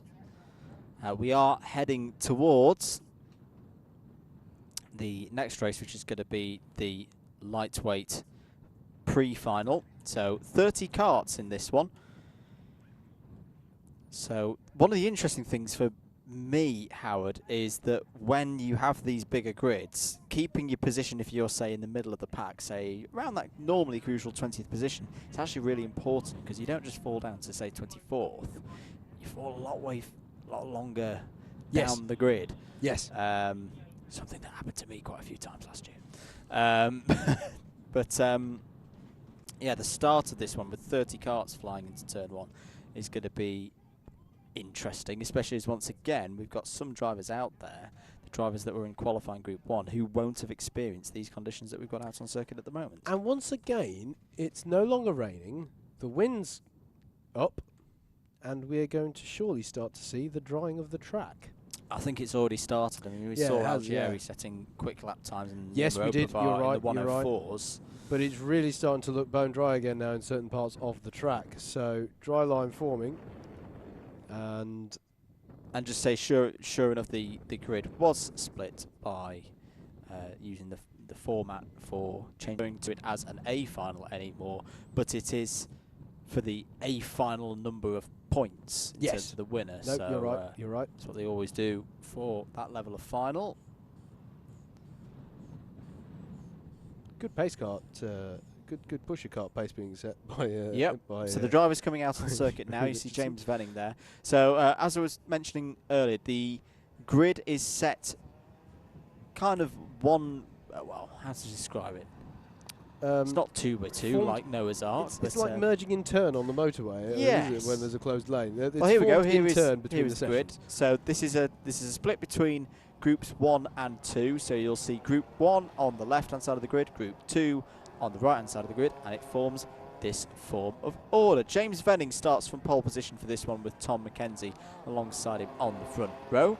Chris Woodger was second fastest in Group 1, so he gets a place on the second row. He starts from P3. Andrew Farmer did very well and will start from P4. Toby Baldry starts on row 3 alongside Stephen Westwood, and then row 4 is Matt Jones and Andrew Ward. Row 5 is all about drivers who set lap times late in the session to get themselves up towards the front end of the field. Adam Wheeldon starts P9 and Jed Hicks starts in P10.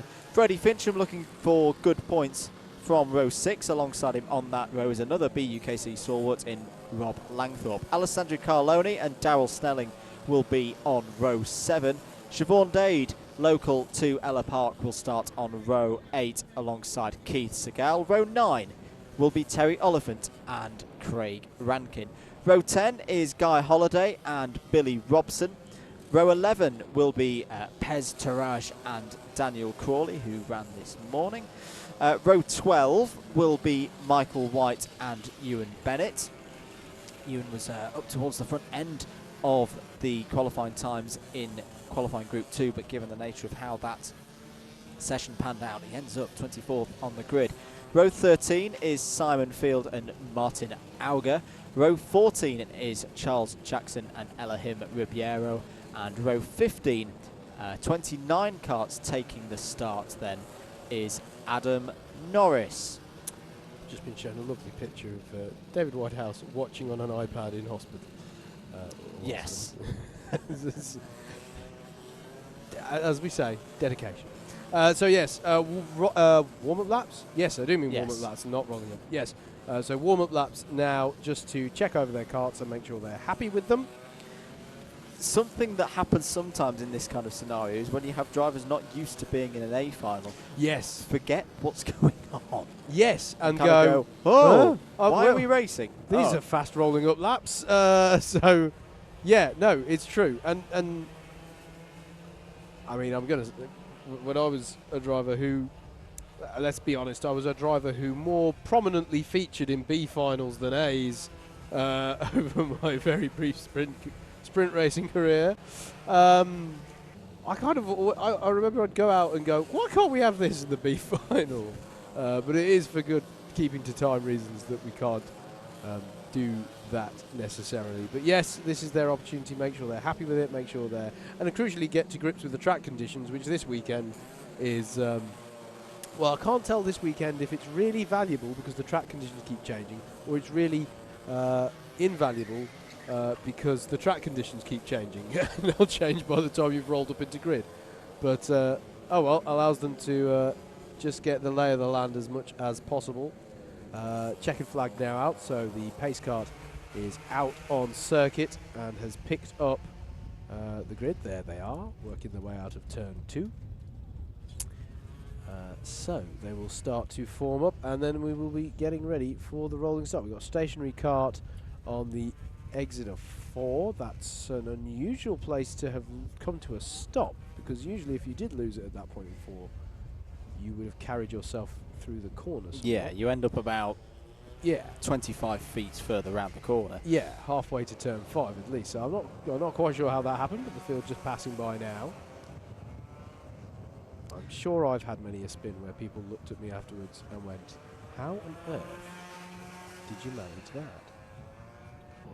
Sort of a rite of passage, really. So here they go towards Clinton's corner, and there's another stricken kart there. It's the number 14 of Charles Jackson, who's towards the back of the grid, 27th place. But I'm just looking through this order again. This is a proper mix-up with the way that the conditions have worked out, especially that second group, the drivers in the second group who were able to hook a lap up right at the end. This is going to be interesting. You've got drivers at the front of the field that I don't think are used to being at the pointy end of what effectively is an A final. How they approach this first lap could really mix things up. It could be absolute chaos. And I'm just going to say, no, we're going to go around again. Because there's still a driver stranded. I don't actually know where. I just saw a camera shot of. Oh, there's the driver at turn 4. And it's still stranded. And at 1. Yeah, there's 2 ways about that I'm kind of going to go from experience.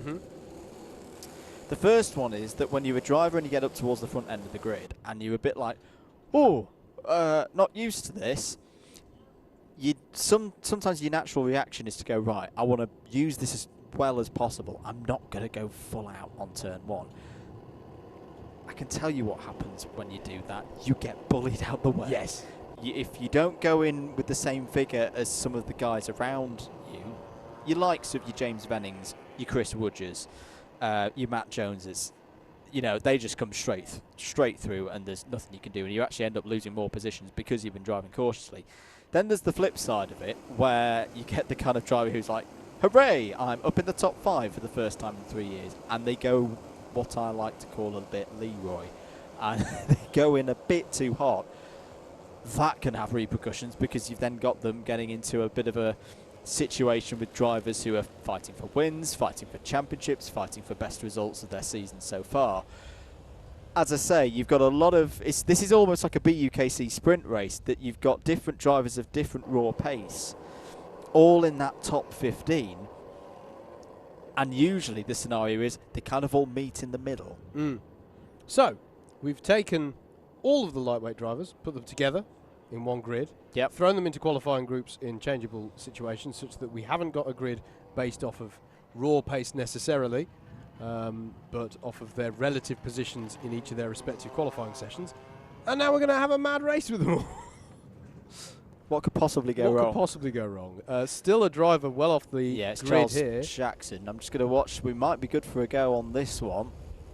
Not yet. I'm hearing. No, push car driver's going to go around again. I don't think they can start it when the driver's there's too far off. There's 2 off the back as well. The other one was Martin Auger. And if you aren't used to starting at the front here, psychologically, rolling up for a long amount of time, it's not good. That's not good either. You start psyching yourself up and all that sort of stuff. I can remember. This might be a bit BUKC. My personal record in the BUKC was 7 full starts. What? 7 full starts. I think it was, which was a Rye House event in the Rookies one year or something. I'm pleased to say I didn't get collected or involved in any of those starts. But by the time the race actually started, I was beginning to switch off and become a bit desensitized. It's hard to have the adrenaline rush that many times and go, right, come on, this is it. I was like, oh, look, a green light. It's more sort of, you know, that's an extreme case maybe, but it is something that's difficult, you know, you're forming up. And drivers, what we were saying earlier, drivers are falling off. They should go to the back of the grid. Suddenly a driver who was supposed to be in front of you isn't in front of you, and unless you saw them stricken at the side of the road or saw them actually spin off, you're going, am I in the wrong place? What's happening? What's going on? And you forget the basics of just keep everything nice up to temperature and get yourself calm. Right, I think we are ready for the start of the pre-final for the lightweights for round 7 of the Club 100 Sprint Championships for 2018. Live here from Ellough Park. Eyes on the lights, they're red. They're green, we're racing. Good start from James Venning on pole position. He cuts across to protect his line. Chris Woodger's up the inside there and looking for second place. Are they all going to make it round the first corner? I think they are. That's a very good start by the lightweights. And Tom McKenzie has made his way back into second place, but it's James Venning, Howard, who leads in the early stages. Yeah, just looking further back, we've got one driver around into turn 2. There was a little bit of argy-bargy going into that corner as they went at some parts of the field 3 or 4 wide into that one. But they are otherwise all cleanly through this first half of the lap. Very good start indeed, but Venning has already got a couple of kart lengths out ahead of Tom McKenzie, challenged for third. Stephen Westwood's had an amazing start. He's up into 4th, challenging Chris Woodger now for 3rd place. The number 42 of Matt Jones there as well. He ran very well early in the season at Buckmore Park. And who's that of? Is that Freddie Fincham? Yeah, I think it's so. the 23. Yes, it is. So Freddie Fincham, one of the big names in the championship battle, is off on lap 1. Let's watch this again. Coming into the... Oh, he's gone on his own. Unforced. He's just got too much of the curb and has gone round. And I can appreciate the frustration for Freddie there, because that was all completely by himself. He will be kicking himself with that mistake. And he has raced this weekend, Andrew, in dry conditions, wet conditions, drying, dampening, the lot. And to have that error at this point, he will be gutted. Just a piece of housekeeping on the rest of that lap. It was Simon Field who had the off in turn 2, now underway again. We're already into the 57-second lap, so we're nearly at dry running pace. But that's the issue now. There's wet parts off circuit, and if you catch one of them, you'll get yourself in a lot of trouble like Fincham did there on lap 1. End of lap 2 then. Freddie Fincham. James Venning leads a 55.520 last time around. Tom McKenzie 2nd, Chris Woodger 3rd, Stephen Westwood 4th, Matt Jones 5th.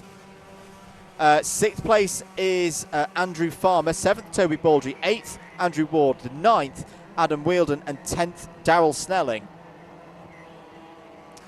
Curb warning for the 41, which is Keith Segal. There is Matt Jones in the number 42. Change of suit. Last time I saw him race, he was in kind of a teal green suit. Yeah, some drivers have been coming quite well equipped this weekend, ready for the conditions. And we've actually got a split. The top 11 has broken away, so Jed Hicks on the back of that top 11 is now quite a few seconds clear. Oh no, off! That's the 34, that's Craig Rankin, and he's claimed, and that's a terrible incident. Oh no! Oh goodness me, that's at least 5 karts involved in that one out of turn 4. I'm afraid that's drivers not really paying attention to yellow flags. But looks like everyone's okay. But the Keith Segal's involved. He was the first one to go in there. Adam Norris is involved. I think there's a kart stuck under the barrier. I mean, I wonder, the yellow flag post is a way back from that corner, but it was such a prolonged incident of people joining that you've got to think that at least some of the last people to join had seen that yellow. So drivers involved: Keith Segal, Craig Rankin, Ewan Bennett, Adam Norris, Martin Auger, and Pez Taraj, all off down at turn 4, and drivers being told to really slow down now and get to drivers left so nobody else joins this situation. Yeah, good to see. All of the drivers appear. We've got one driver stood out of their kart who maybe... I think that's because his kart's stuck under the tyre wall. It is stuck under a tyre wall, and other drivers are trying to help, which is good to see. help the cart that's trapped there as they try and recover it. And I think we're going to get a replay of what happened down there. We know everyone's okay. Now let's have a look at what happens here. So that's Craig Rankin going off into the wall. That looks like he's had contact with Keith Segal. That's the big hit. That's Ewan Bennett coming in. Then Adam Norris and Martin Auger. Oh, dearie me. Oh, visor came off. The visor came off Craig Rankin. Oh, okay. Because the hit was that hard. It was a big hit. It was a big hit. I have to say, it's a bit of a testament to the robustness of the carts. Yes. Keith Segal, for example, is back underway. So let's go back to the. I think we have actually kind of got a full course yellow out at the moment. We have. Yes. Or at least for the first half of the circuit. Yes. James Venning still leads. Tom McKenzie second. Chris Woodger third. Matt Jones fourth. Stephen Westwood fifth. So Jones has got ahead of Westwood. Sixth, Andy Farmer, 7th Toby Baldry, 8th Andrew Ward, 9th Adam Wielden, 10th Darryl Snelling. So that top 10 hasn't really changed in the last couple of laps. There's now a 10-second gap between 11th and 12th.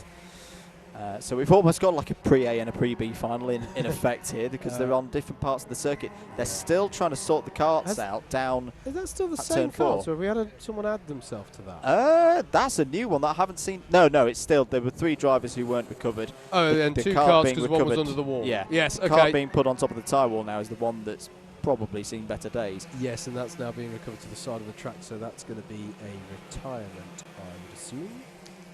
Right.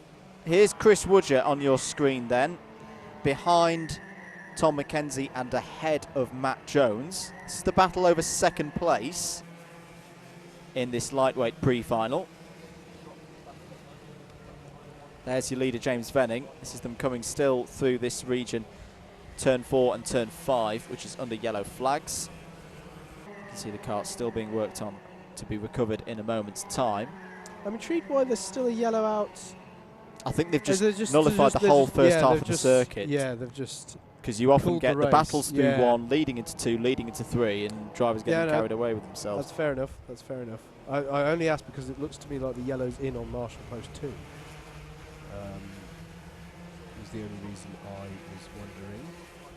Looks like everything is now clear, as the driver's also going very slow under. And what is going on here? There were drivers going very, very slowly through turn 1. I think because the yellow was still out. I don't know if we can get a replay of that, James. But there's a battle here going on for second place. Looks like Chris Woodger is trying to get past Tom McKenzie. This is all in the amongst traffic as well.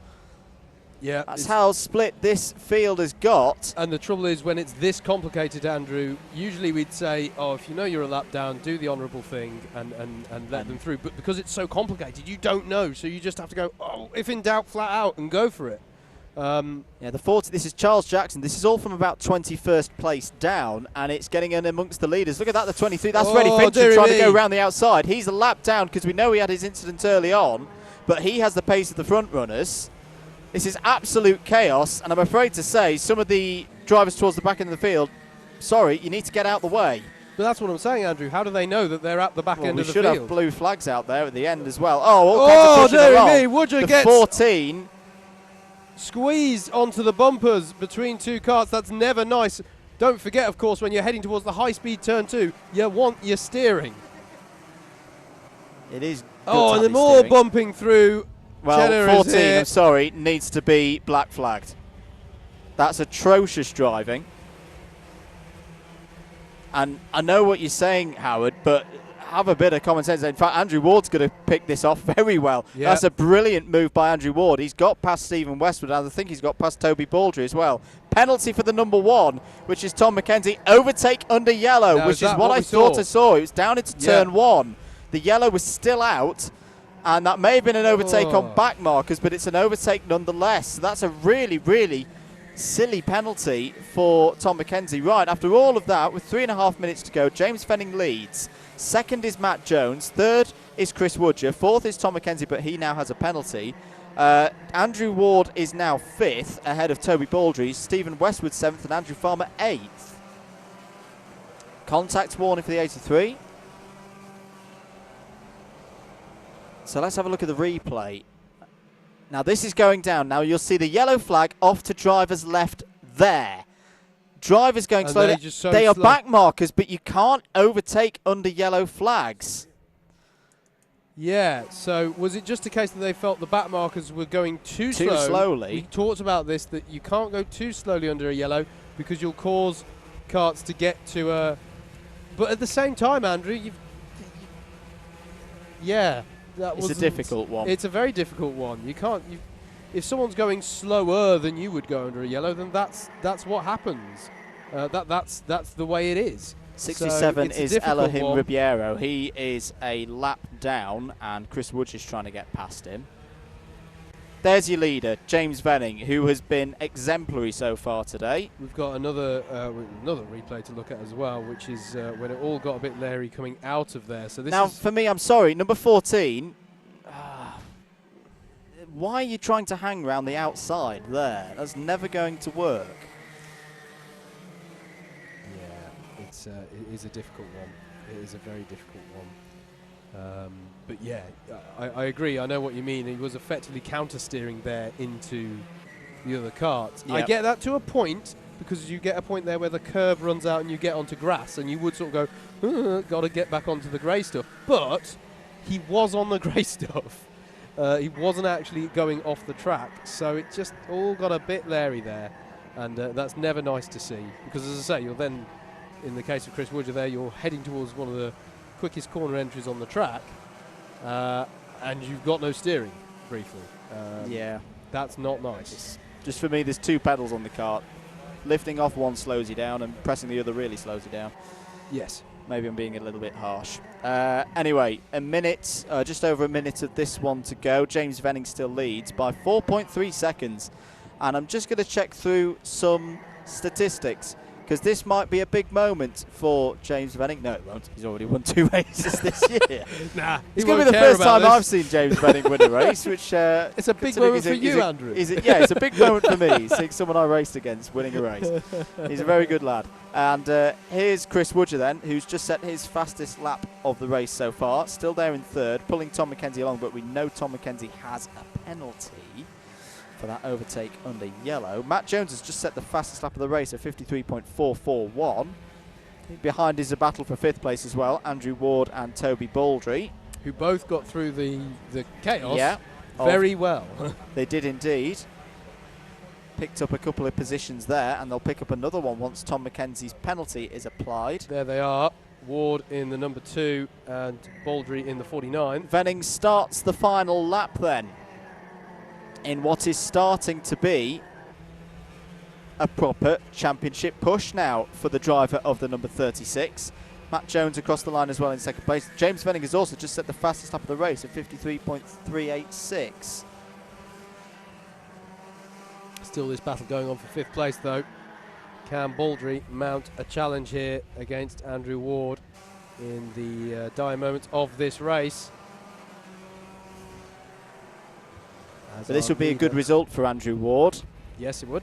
He's not often the luckiest of drivers, but has the speed and has a potential here of just holding on and taking 4th place once Tom McKenzie has that penalty applied, which I understand will be 4 seconds. Here comes our leader then, round the final corner. James Venning is going to take his 3rd victory of the year, and what a fantastic victory it is. James Venning wins the pre-final here at Ellough Park. He's absolutely ecstatic with that, and so he should be. Matt Jones finishes 2nd. Chris Woodger is going to be 3rd. 4th is Tom McKenzie, and it's going to be a drag race over the line, and Ward gets it ahead of Baldry by less than 1/10 of a second. Stephen Westwood is 7th. Jed Hicks is 8th.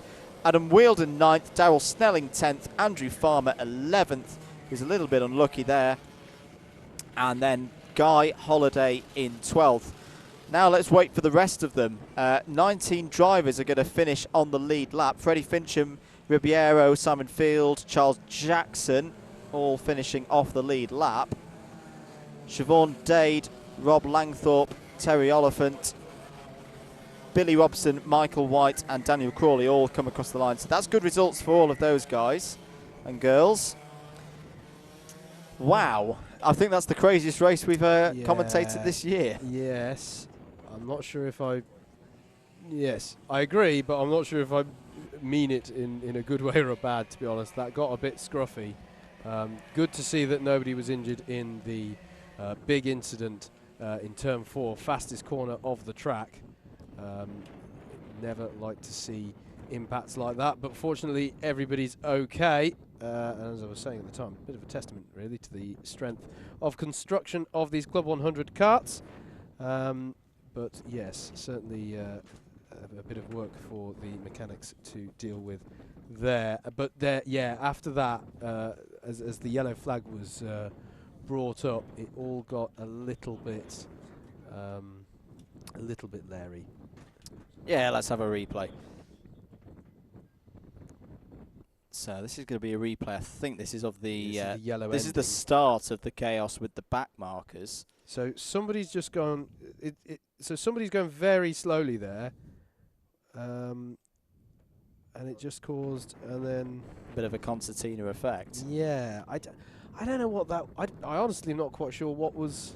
I think it was a back marker going too slow under a yellow flag. I agree, but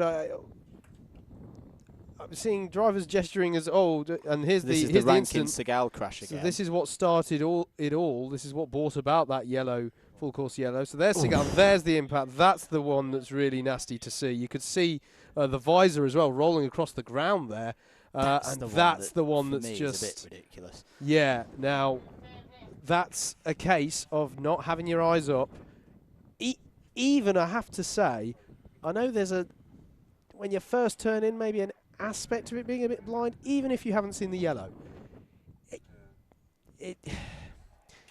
Eyes up, look down the road. It's exactly the same as driving on the road. You've got to have your wits about you and look down the road. And we're always careful when we call things like this in the box because we're not down there on the ground, we're not racing it. But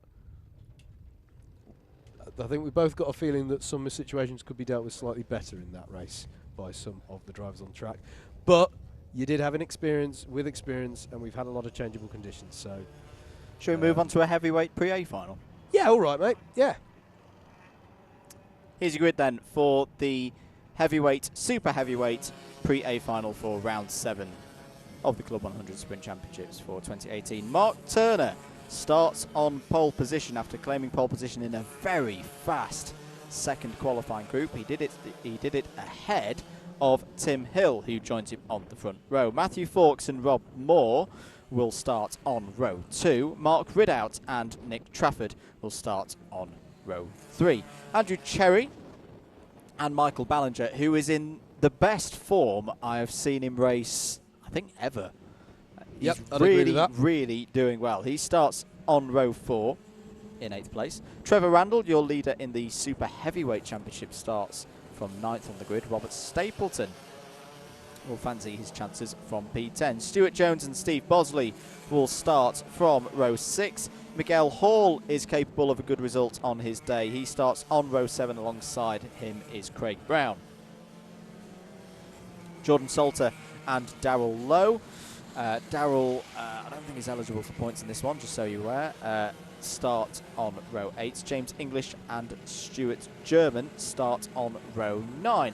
Ben Bennyworth and Glenn Orford start on row 10. So those are the drivers that got promoted or automatically up into the pre-A final. The 4 drivers promoted onto the grid from the pre-B final. You've got Seb Algieri, Ben Cottle, Mike Bodner and Daniel Taylor. So that is your grid. Drivers will have a few laps to practice, check the karts over, check that they're happy with those karts.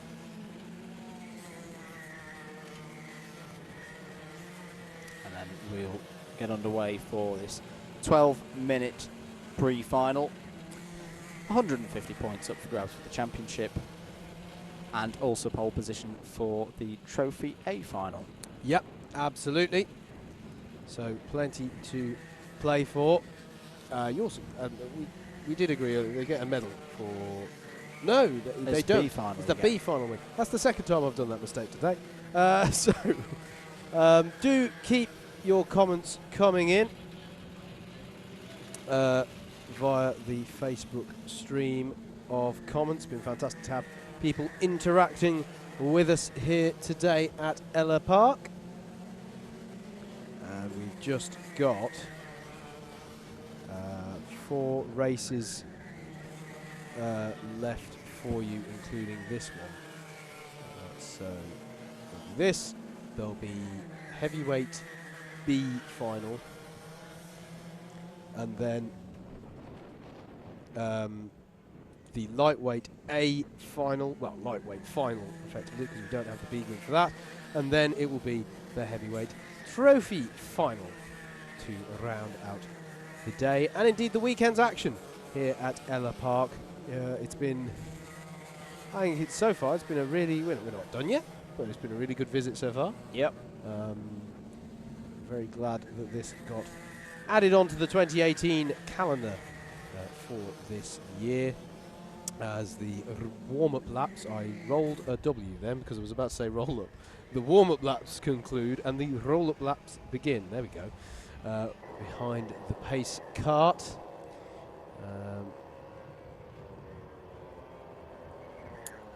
With Mark Turner taking up his pole position and Tim Hill alongside him. Tim Hill, an experienced racer. He's been doing this for a number of years. And don't forget, we've got a whole host of guest drivers here as everyone tries to work their way through the field. Bit of frustration there because we've got drivers weaving, and that makes it difficult for drivers to get through. You're supposed to leave the space down the middle so that drivers can get past to find their grid spot. There's a whole school of argument and thought about whether weaving actually helps. Some say it does help with tyres. Loads of other people say it doesn't. Some people say they'll do it anyway because it helps psychologically. Some say it helps because it means that they've checked that the steering wheel's attached and is working. Literally a number of different theories about it, but the one thing that annoys everybody is when you're weaving and somebody's trying to get past you to find their grid spot. There's an easy solution to this. Don't weave. Don't weave. Well, if you are going to weave, I don't mind you weaving, but if you are going to weave, maybe make sure that the right number of carts are in front of you. It's just a thought. He's and then on start one, ladies weaving. and gentlemen. I'm just saying, you can weave if you want, okay? but make sure the grid. You're not supposed to weave. You've heard it from Nicky Richardson. Never mind my opinion. That's the right clerk there. Of the course's opinion. That's the clerk of the course's opinion. Don't weave. So don't weave if you want to. Ignore what I say. Not all the time. I'm one of the commentators. It wouldn't work. But there's a don't race ignore about to that. start. There's a race about to start. Here we are then. Mark Turner will lead them away. The pusher car pulls off to one side. Eyes on the lights. Engine notes rise. And we go green here at Ellough Park. It's a good start from Tim Hill on the left side of the grid. And I think he's going to get the job done. He has. Hill to the front through turn 1. And look out for Rob Moore going around the outside there of Mark Turner. And he's got the job done as well. Great start from the even side of the grid there. The anti-pole side is going wide there is Andrew Cherry in the background, but manages to recover it into there. Nobody's gone off so far, I'm happy to say. Great start for Tim Hill. Remember, he's in the fight for the championship. He's got a big opportunity here with Seb Algieri towards the back of the field to really, really cut a lot of points into Algieri's lead. He leads, Rob Moore second. Now, he's not scoring points here. He's just going for the pride and the shiny thing at the end of the day. But Tim Hill will lead. Rob Moore will be second, 13. Oh, it's Miguel Hall up the inside there of the number 40 of Stuart Jones there through the last corner. That was a bold move, and it hasn't stuck, incidentally. As look at this, they're almost going 3 abreast there in the mid-pack, heading towards turn 2 we saw in shot there. But there is pressure here over the lead. Rob Moore all over the back of Tim Hill. Number 11 trying up the inside of the 17. That's Steve Bosley trying to get past Miguel Hall. But Miguel Hall, not the easiest person to pass, but Bosley has got it done there. So that puts Bosley up to 11th place by my reckoning. But is Hall going to try and come back? He is going to try and come back up the inside of Clinton's. That was nicely done. Penalty is now. For the leader. Penalty. Now. It doesn't say what kind of penalty it was. Are we thinking jump start? I'm thinking jump start. I think he crossed the timing beam ahead of Mark Turner. Yeah. did say it was a good start. Now we should mention we've already had, I think, one of those decisions overturned today, which was in the elite. Oh, somebody's not happy there. Which was in the elite final. Yeah. And I think that was because there was a problem with pole sitter. Yeah, so Darryl Lowe here. Deliberate jump start. Yeah, Darryl Lowe getting a bit frustrated here by, that's Trevor Randall. And I think it was just getting a little bit aggressive through turn 2 there. I'm not going to have the rant. No, okay. It's a sprint race. We need. It's not eligible for points. No, it's true. But everyone likes shiny things. So, yes. And speaking of shiny things, Tim Hill's helmet adorns the driver who currently leads the field. It's got to that stage of the weekend, ladies and gentlemen. Tim Hill leads the race. I'm not going to comment on that. But has been given a penalty, we believe, for a jump start, although it hasn't come up on timing what that the exact nature of that penalty. You can see Matthew Fawkes making a move there and then giving the international sign for let's work together. That's not working together. That's Mark Ridout coming in. And great move around the outside by Mike Turner. Great opportunism from our pole sitter. Oh, dearie me, though. Running Trafford out of room on the road. Oh, dearie me. It's getting a bit aggressive in this part of the pack here. And contact warnings come from Mark Ridout, and I'm not surprised. Plenty of gesticulation from the drivers involved. Just needs to all simmer down a bit. Look at Stuart Jones coming in. Yes. Look at that. Now he wants points today. He was out of action for the last round, and he wants good points here today. Picks them off beautifully now ahead of Nick Trafford. Nicely done there. Tim Hill leads, but has a penalty to be applied, we believe. Rob Moore second, Mark Ridout third, but just picked up a contact warning. This is further back. This is in the lower part of the top. Place. It is, isn't it? 8th place downwards.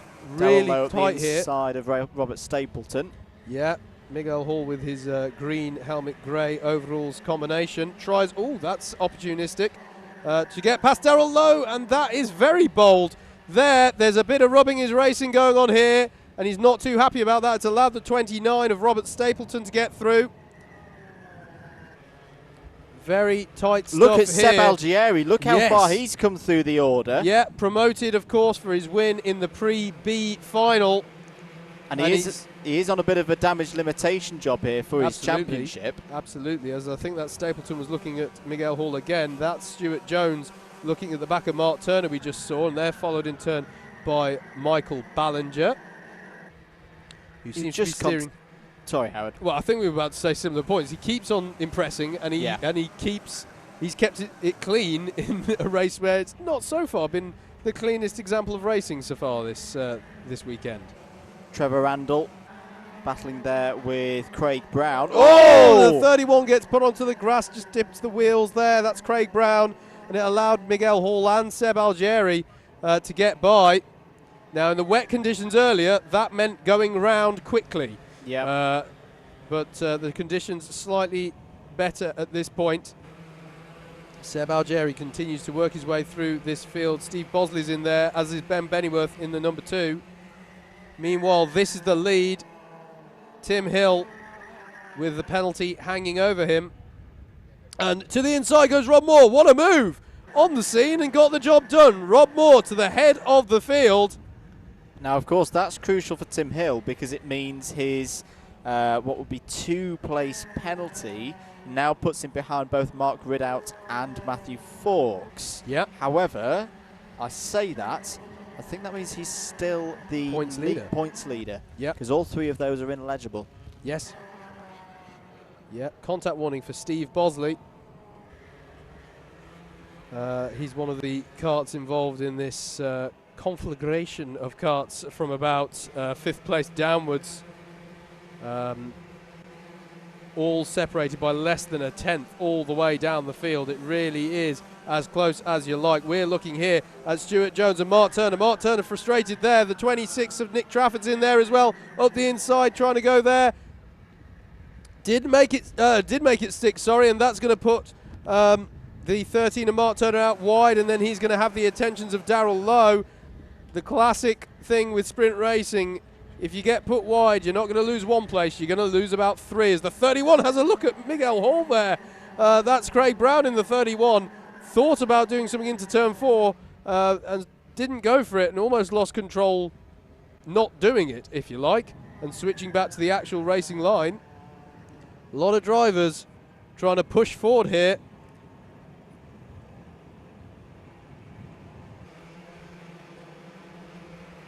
Still 4 3/4 minutes to go. Rob Moore leads, has the fastest lap of the race as well. Just set it at 52.9 dead. That's quick. That is quick. That's very impressive for a heavyweight.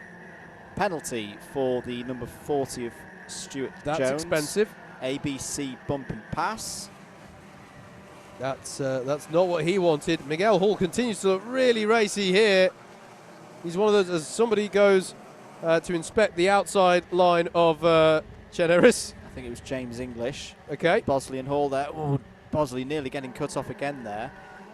But positions being traded back and forth. Darrell Lowe has a little look there.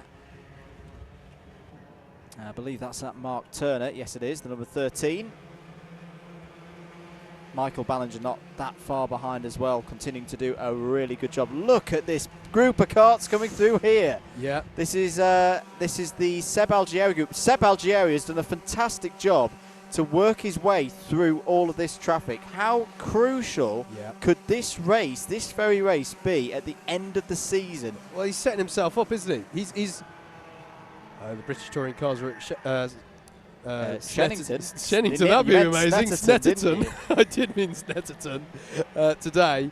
But if you have a bad qualifying session, you can often in touring cars spend the first 2 races of the day to set yourself up for that third race. Battle here but going on between Turner and Lowe. Lowe trying to go around the outside of Turner. Turner holding on the inside there. And that's great move by Michael Ballinger yet again. Takes the opportunity, goes, I'm going to have a piece of that, son, and be up the inside, and takes Darrell Lowe. Let's not forget, Darrell Lowe is a Clubman driver. He's got pace, he's got form, and Michael Ballinger, I'm going to say, he just embarrassed him there.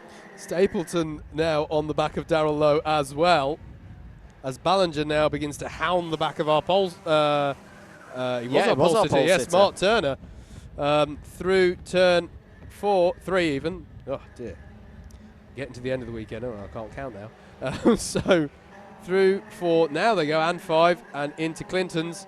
Nothing on there for any of the battles going through. Further ahead, that's Stuart Jones and Nick Trafford. We saw briefly flash through shot. Yeah, it's the battle for 5th place, but of course Jones has the penalty, which means he will drop a few places. Yeah. Our leaders cross the line once again. Tim Hill is just 0.6 of a second behind Rob Moore here. It's not over Look for at the this. lead. Oh, Michael Ballinger. He is driving out of his skin at the moment, is Michael Ballinger. And Lowe's good opportunities in there followed him through. Yes. So good stuff from Darrell Lowe to follow through. Mark Turner gives a bit of... Darrell Lowe's getting a bit impatient with some of the goings on out there. Turner falls foul of Stapleton as well. So Robert Stapleton gets through there. And now onto the back of that is Seb Algieri. Critical, working his way up through the field, setting himself up for the all-important trophy final at the end of the day. And he's taking Trevor Randall, who's still our highest-placed super heavyweight, with him. He's looking down the inside, contact warning for the number 2 of Ben Bennyworth. He's had a rough day so far, but he's still in an okay position. 16th, can do something from there. So cross start, finish again. Ballinger now scored up to 7th. Then Lowe, Stapleton, Turner, Algieri, Randall, and then Steve Bosley, who's just set his fastest lap of the race of 53.440. There's very, very fast laps from heavyweights in this race. A lot of them in the 52s or the low 53s. The field is basically made up of your top 2 who have broken away. And there's a couple of drivers who have fallen off during the race. They're sort of running around by themselves. But then there's 2 massive battle packs, I want to call them. Basically just chains of karts separated by mere 10ths of a second. This is one of them, which is onto the last lap. Yes, onto the last lap. That's about 4th place downwards, that first group, and then there's a bit of a gap to between Trevor Randall and Steve Bosley in 13th. And Steve Bosley leads a train of some 8, 9 karts at least who are just coming onto their last lap now. So Rob Moore, here he is, your leader. Just has to guide his way round. He's got a gap of some 0.6 of a second over Tim Hill, and even if Hill got past, Hill has got the penalty hanging over him to be applied post-race, which we believe will put him back behind Rob Moore anyway. But Moore isn't going to need to worry about that. He's just got to get round the last couple of corners now, round this right, round this left, and guide his way onto the start-finish straight. It's a good run from Rob Moore, and he takes the win in the heavyweights pre-A final at Ellough Park at round 7. Good drive from him. As we've got, that was Mark Turner, wasn't it? That looked like Turner. Where was he? Oh, he's off down at turn 2. I think you're right. Is he falling down? He is. He's falling down through the order. So Mark Turner has had drama on the last lap, and is, oh my goodness me, he's going to fall all the way out of the top 20. And that is a disaster. Yes, he's unhappy with somebody's conduct out there, isn't he? Tim Hill finished 2nd, but we believe will drop down to 3rd with a penalty applied for a jump start. Mark Ridout finished 3rd on the road, and we believe will be the beneficiary of that penalty for Tim Hill. Matthew Fawkes finished 4th, Stuart Jones 5th, Nick Trafford 6th. Michael Ballinger finished 7th, Darrell Lowe 8th, Robert Stapleton 9th, 10th was Seb Algieri. That could be very critical come our trophy final later on. Trevor Randall, your highest finisher in the super heavyweight subclass, in 11th. Miguel Hall finished 12th. Steve Bosley 13th. Craig Brown 14th. 15th for Dan Taylor. Ben Bennyworth 16th. 17th for James English. Mike Bodner 18th. 19th for Ben Cottle. Stuart German rounded out the top 20. Then it was Jordan Salter, Andrew Cherry, Mark Turner falling at the last there, and Glenn Orford. I chuckled because a good friend David Whitehouse has just posted, "Well done, Rob, a best ever heavyweight result." Well, yes, okay. That is very true. I don't think Rob ever took a win when he was a heavyweight. Okay, yeah, back in those days when he was winning the super heavyweight title. Yes, indeed. So there we go. Yeah, okay, all right. It's not for points, and it gets in pole position for the shiny pot race. We love the obscure facts here. Yes, we love those. Right, that was those are the pre-finals done. So now we go into the finals. Not all of them for trophies, because we've got the heavyweight B final to run first. Yep. So the remaining heavyweight drivers have been in the pit lane watching some of that organised chaos that was the pre-A final, and they've gone, I want some of that. Well, to get there, they have to finish in the top 2 of the race that we're about to have. So the last 2 promotion spots available for the A final in heavyweights. Sorry, apologies, mate, if we mentioned this already. Did we state that Tim Hill has effectively won the race for the points for the cup for the thing? No, we didn't. We didn't say that. So even though he has a penalty or not, he was the highest finisher of those who are not guest drivers in heavyweights today, and thus he will take the 150 points, which is all important for him in his pursuit of the heavyweight title. As out onto the track. I realise I fraudulently slipped some Radio Le Mans stuff in there. The race for the cup, for the chase, for the thing. Okay. Apologies. Yes, you did. Right, heavyweight sprint B with the super heavyweight subclass as the title there. Paul Williams, he just missed out, didn't he?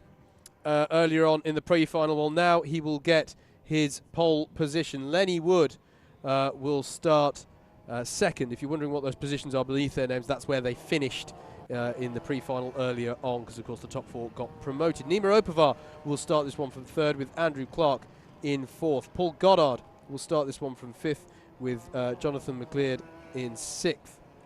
Jack Hollingsworth will start this one from 7th with Ben Johnson alongside on the 4th row of the grid. Peter Gillett will start from 9th with James Edwards starting in 10th. Chris Solomon will start this one from 11th with Wayne Dunham alongside on row 6.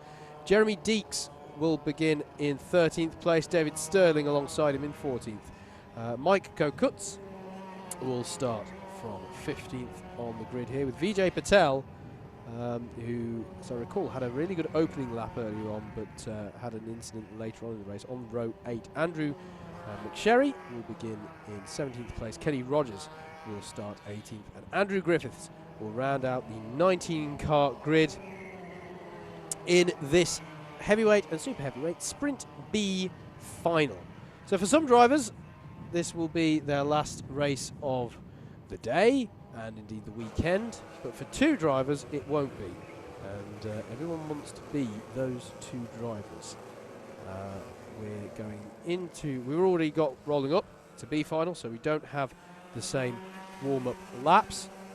What's the track like? Well, after going rain, thunderstorms, mythical levels of rain, all sorts, we're in sort of very neutral conditions on track at the moment. It's dried out. It's really wet if you go off the track, but it has fundamentally dried out, and we've just got overcast conditions. And for the first time that I can really remember this weekend for a sustained period, people aren't going around either looking like they're too hot and need a drink, or wet and miserable and they wish they didn't have so much water around them to drink. So sort of neutral, overcast, British conditions here at Ellough Park. I feel like I need a jingle for David Whitehouse instead of "he's a scat man," but "stat man" instead, because he's just served up another absolute banger. Go on. Which is, once we take out all the Kinos from the heavyweight A final, Seb Algieri was 6th in points in that last race. That's a really good recovery and important in the championship. Yep, that's really important here. One thing we should mention, purely by... we're good for a start, aren't we? So Paul Williams will lead them away. Push a car off to the left. Eyes on the lights, engine notes rise, they're green. Paul Williams leads them away. Lenny Wood alongside, and they stay that way through turn 1. Will everyone get through cleanly? Ooh. Yes, they will, but not without going 3 and even 4 abreast at some points in here. There's a bit of a super heavyweight derby going on in the middle of this one. All the green number plates are in that subclass, and you've got them there. There's a bit of bumping and barging and hitting of the barriers. Is that Jonathan McLeod? I think it is. Yes, it is. Who went for a bit of an excursion off the track as the 91 hits the water on the inside of turn 4. And going round. Yeah, the back 4. It was the 91, was it? Of Vijay Patel. Just caught so much of the inside curb that he got some of the water on his wheels, and it just caused everyone to go a bit wide. So we've got 4 carts off in turn 4, and then one driver trying to work his way through, who must have gone off in turn 2 at some point. So a bit of a situation. So it's not as serious as the one we saw earlier in lightweights. It's actually very well dealt with by the It's very well dealt with. I agree. But yes, Paul Williams retains his lead at the head of this one. Lenny Wood is with him. Now, as they acknowledge the yellow flags, good driving there. Your drivers off are Jeremy Deeks, Kelly Rogers, Andrew McSherry, Vijay Patel as mentioned, Mike Kokas and Andrew Griffiths. So 6 drivers involved in this one, the last of them just being recovered now. As they acknowledge yellows again. There's a yellow out there. What's that for? Full course yellow. Full course yellow. Okay. Yeah, just want to freeze the race for a bit.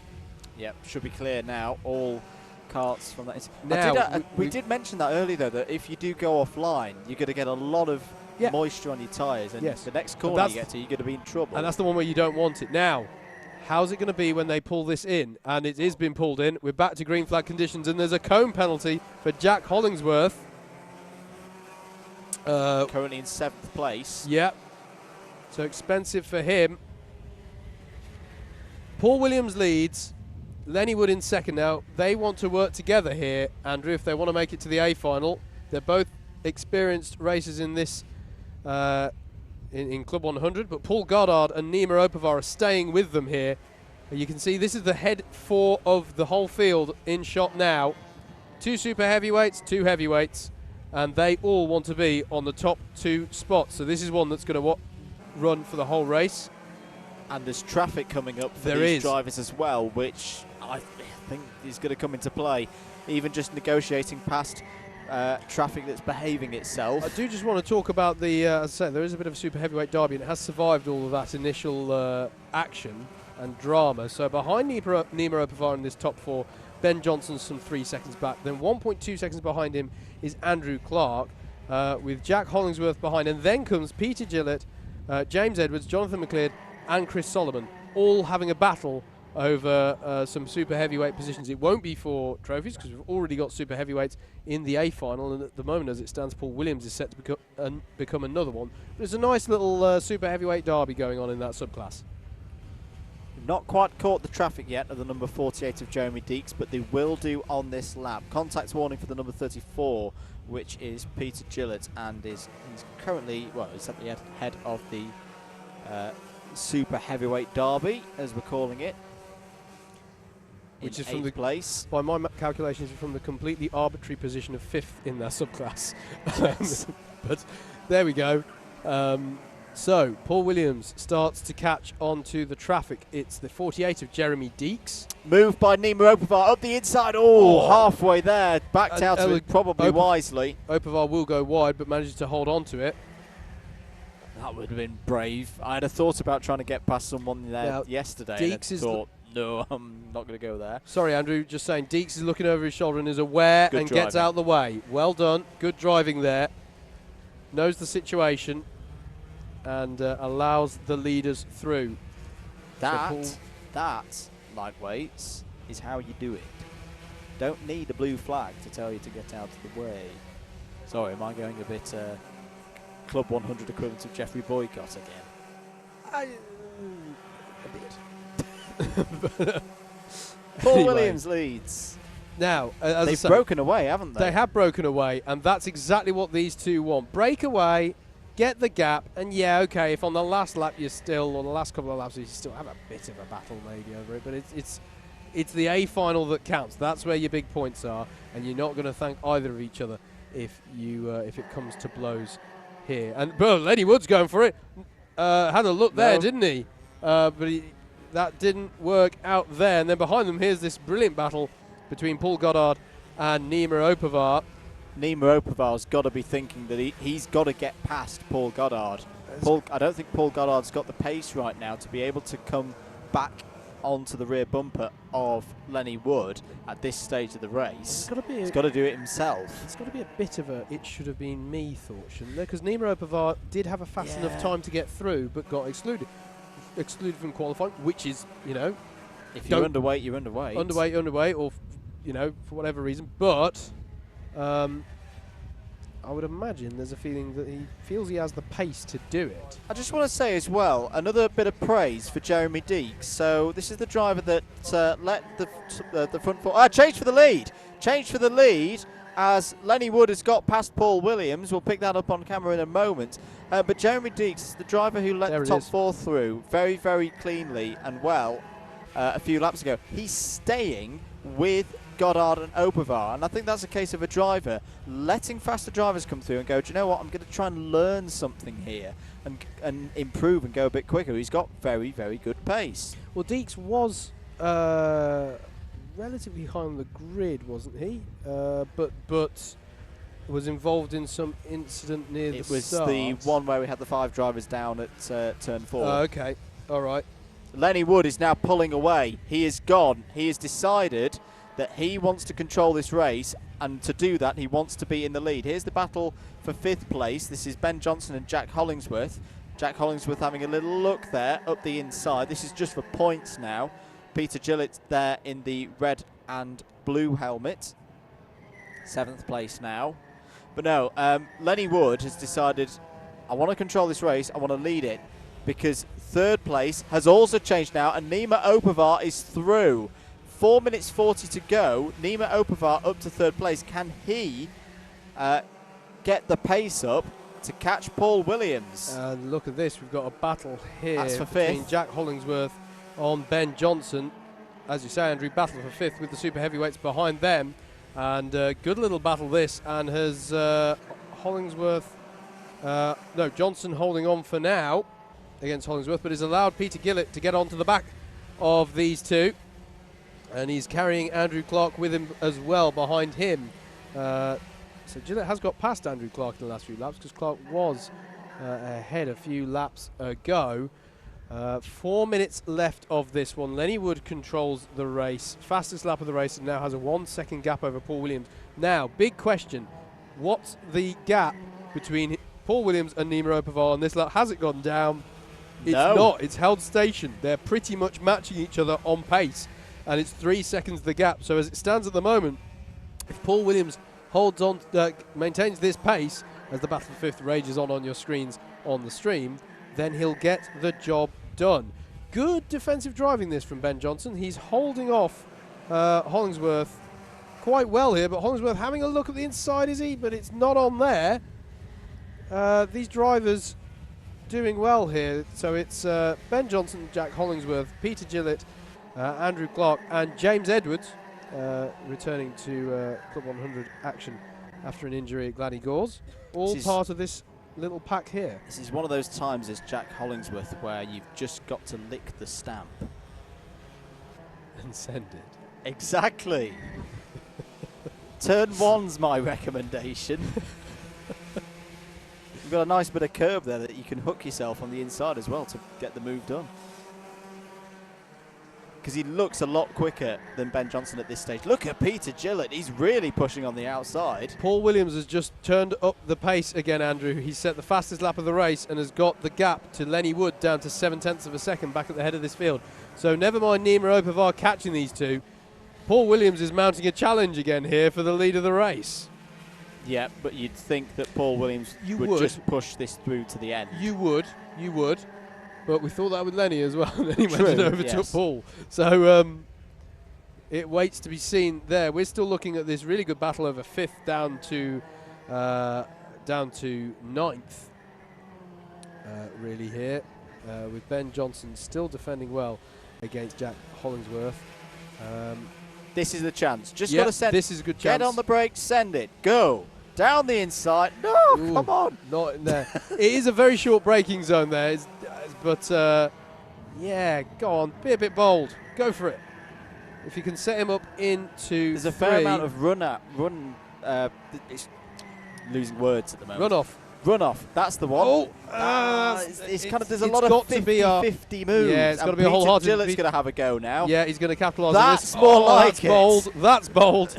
And holds it within track limits. And look, Andrew Clark. Look at that opportunism. Beautiful stuff from Andrew Clark. And he's got two of them through one of the fastest parts of the lap.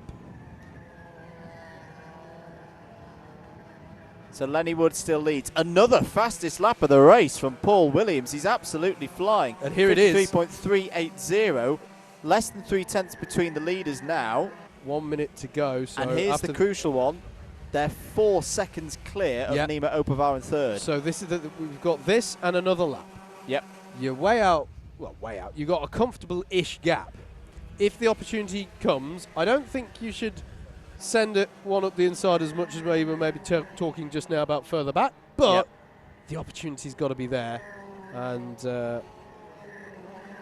this could be an interesting one going on to the last lap, but neither driver wants to give it up.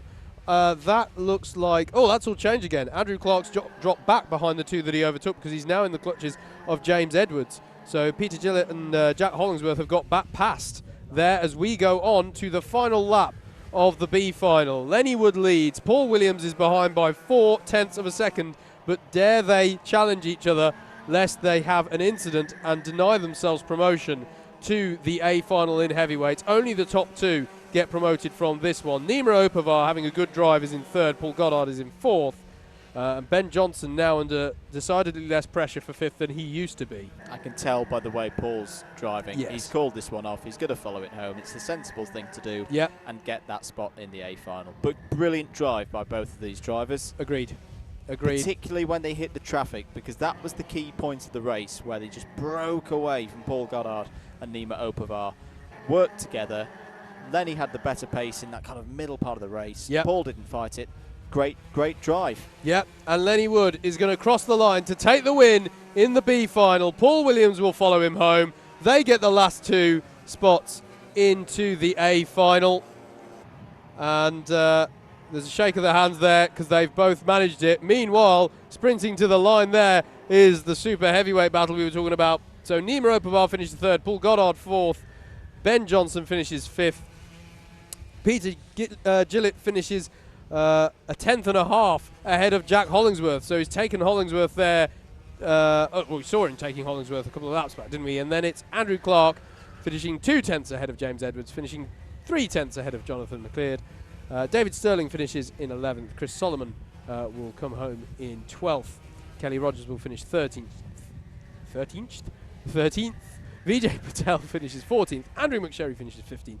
There is Jeremy Deeks, Andrew Griffiths, and Mike Kokutz to round out the 18 karts in the field. So that was a good set. Oh, the sensible drive there, as my colleague is having some issues with being human. Being human. You're right, mate. Managed to trip over my own headset cable. I was baffled. Yes. I was baffled though, because it was like you'd banged your head off the ceiling, but you're nowhere near the ceiling. Well, it wouldn't have been the first time. I thought my commentating colleague had become a mime artist for a moment then. Anyway, that was your heavyweight Sprint B final. Next will be the lightweights trophy final.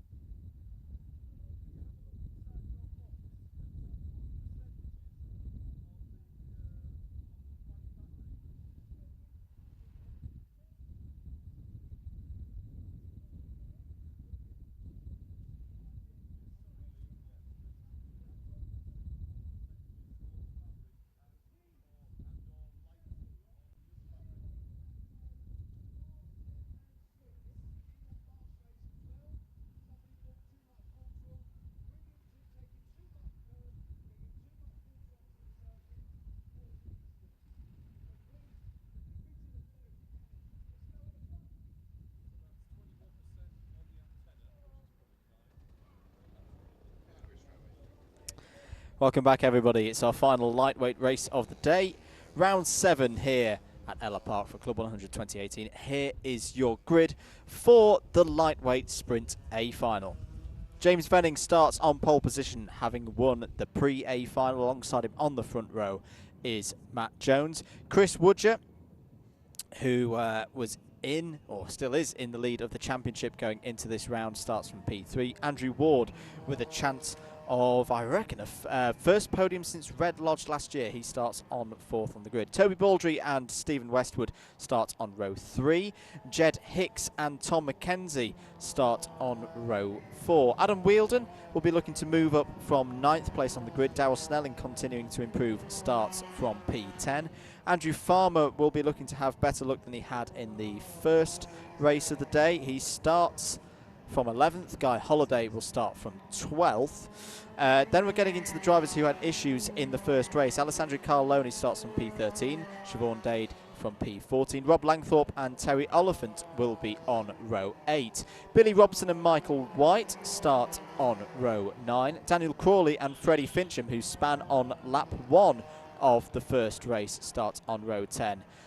Elohim Ribeiro and Simon Field will start from row 11. Then it'll be Charles Jackson and Adam Norris starting alongside each other on row 12. Martin Auger and Pez Taraj will start on row 13. Keith Segal, who was involved in a big incident down at turn 4, good to see him back out there for this next race. He starts P27. Ewan Bennett was involved in that incident as well. He starts P28. And Craig Rankin wraps out the field of 29 karts, starting there from row 15. So it's the first race of this afternoon session in which we're going to award some trophies.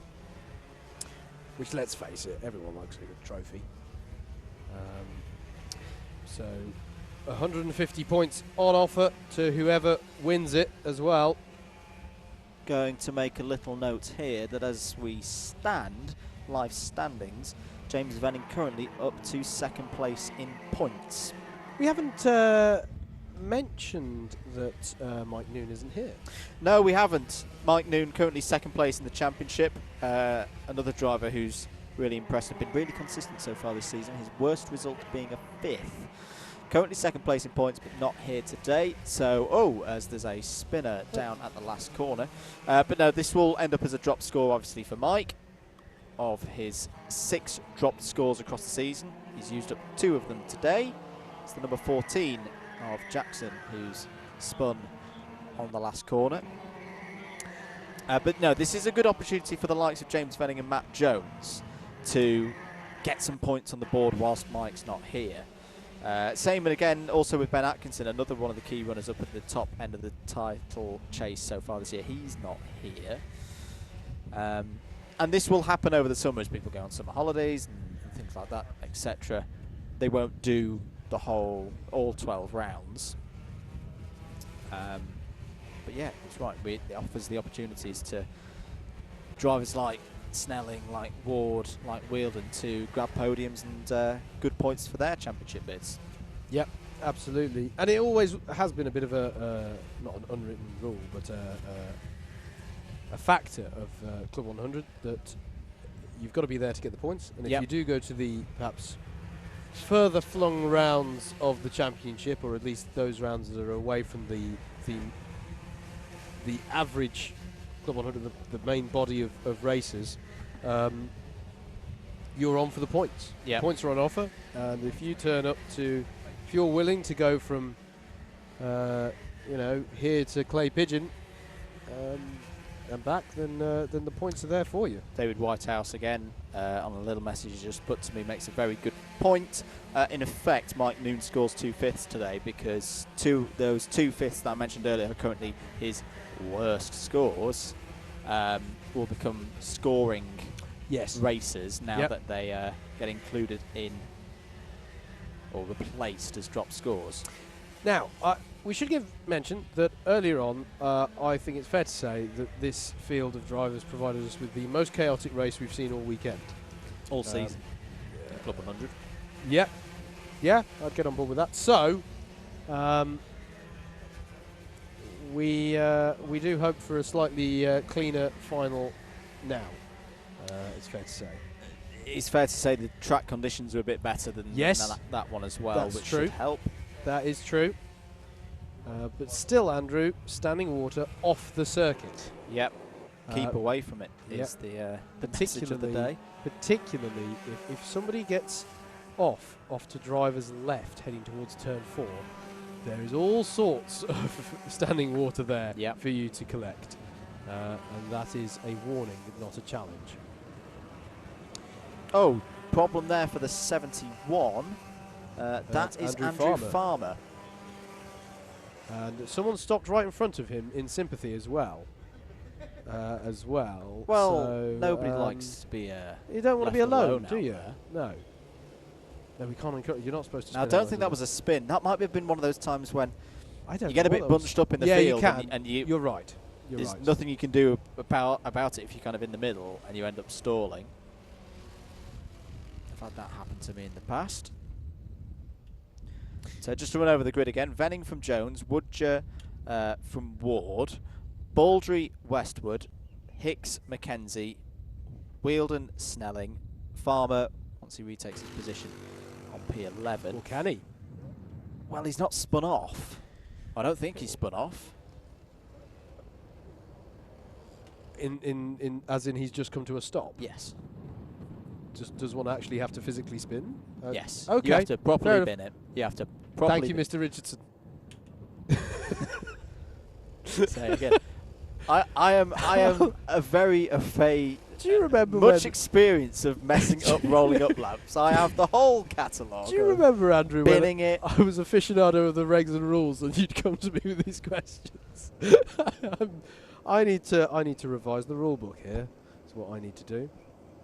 As indeed any good driver should. The best one for me was Clay Pigeon in my second year, when turned into turn one, cold tyres, span it round, forgot the rule that you have to go to the back, and then got a bit of a wagging finger from Jimbo to say, "Oi, get to the back." It's like, oh.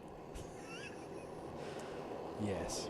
Whereas there's been Wilton Mill, the run up to Christmas, that's notorious for thinking, "Come on, field, go a little bit quicker," and stall, and then but you're able to retake your position. Anyway, I'm rambling.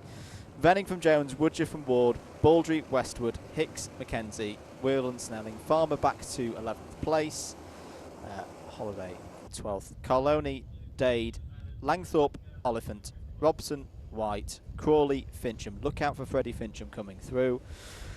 Ribeiro, Field, Jackson, Norris, Orger, Taraj, Segal. Look out for Keith Segal. He could potentially come through some of those positions and get back up into the top 20. Segal, Bennett and Rankin, your 29 runners in this lightweight A final.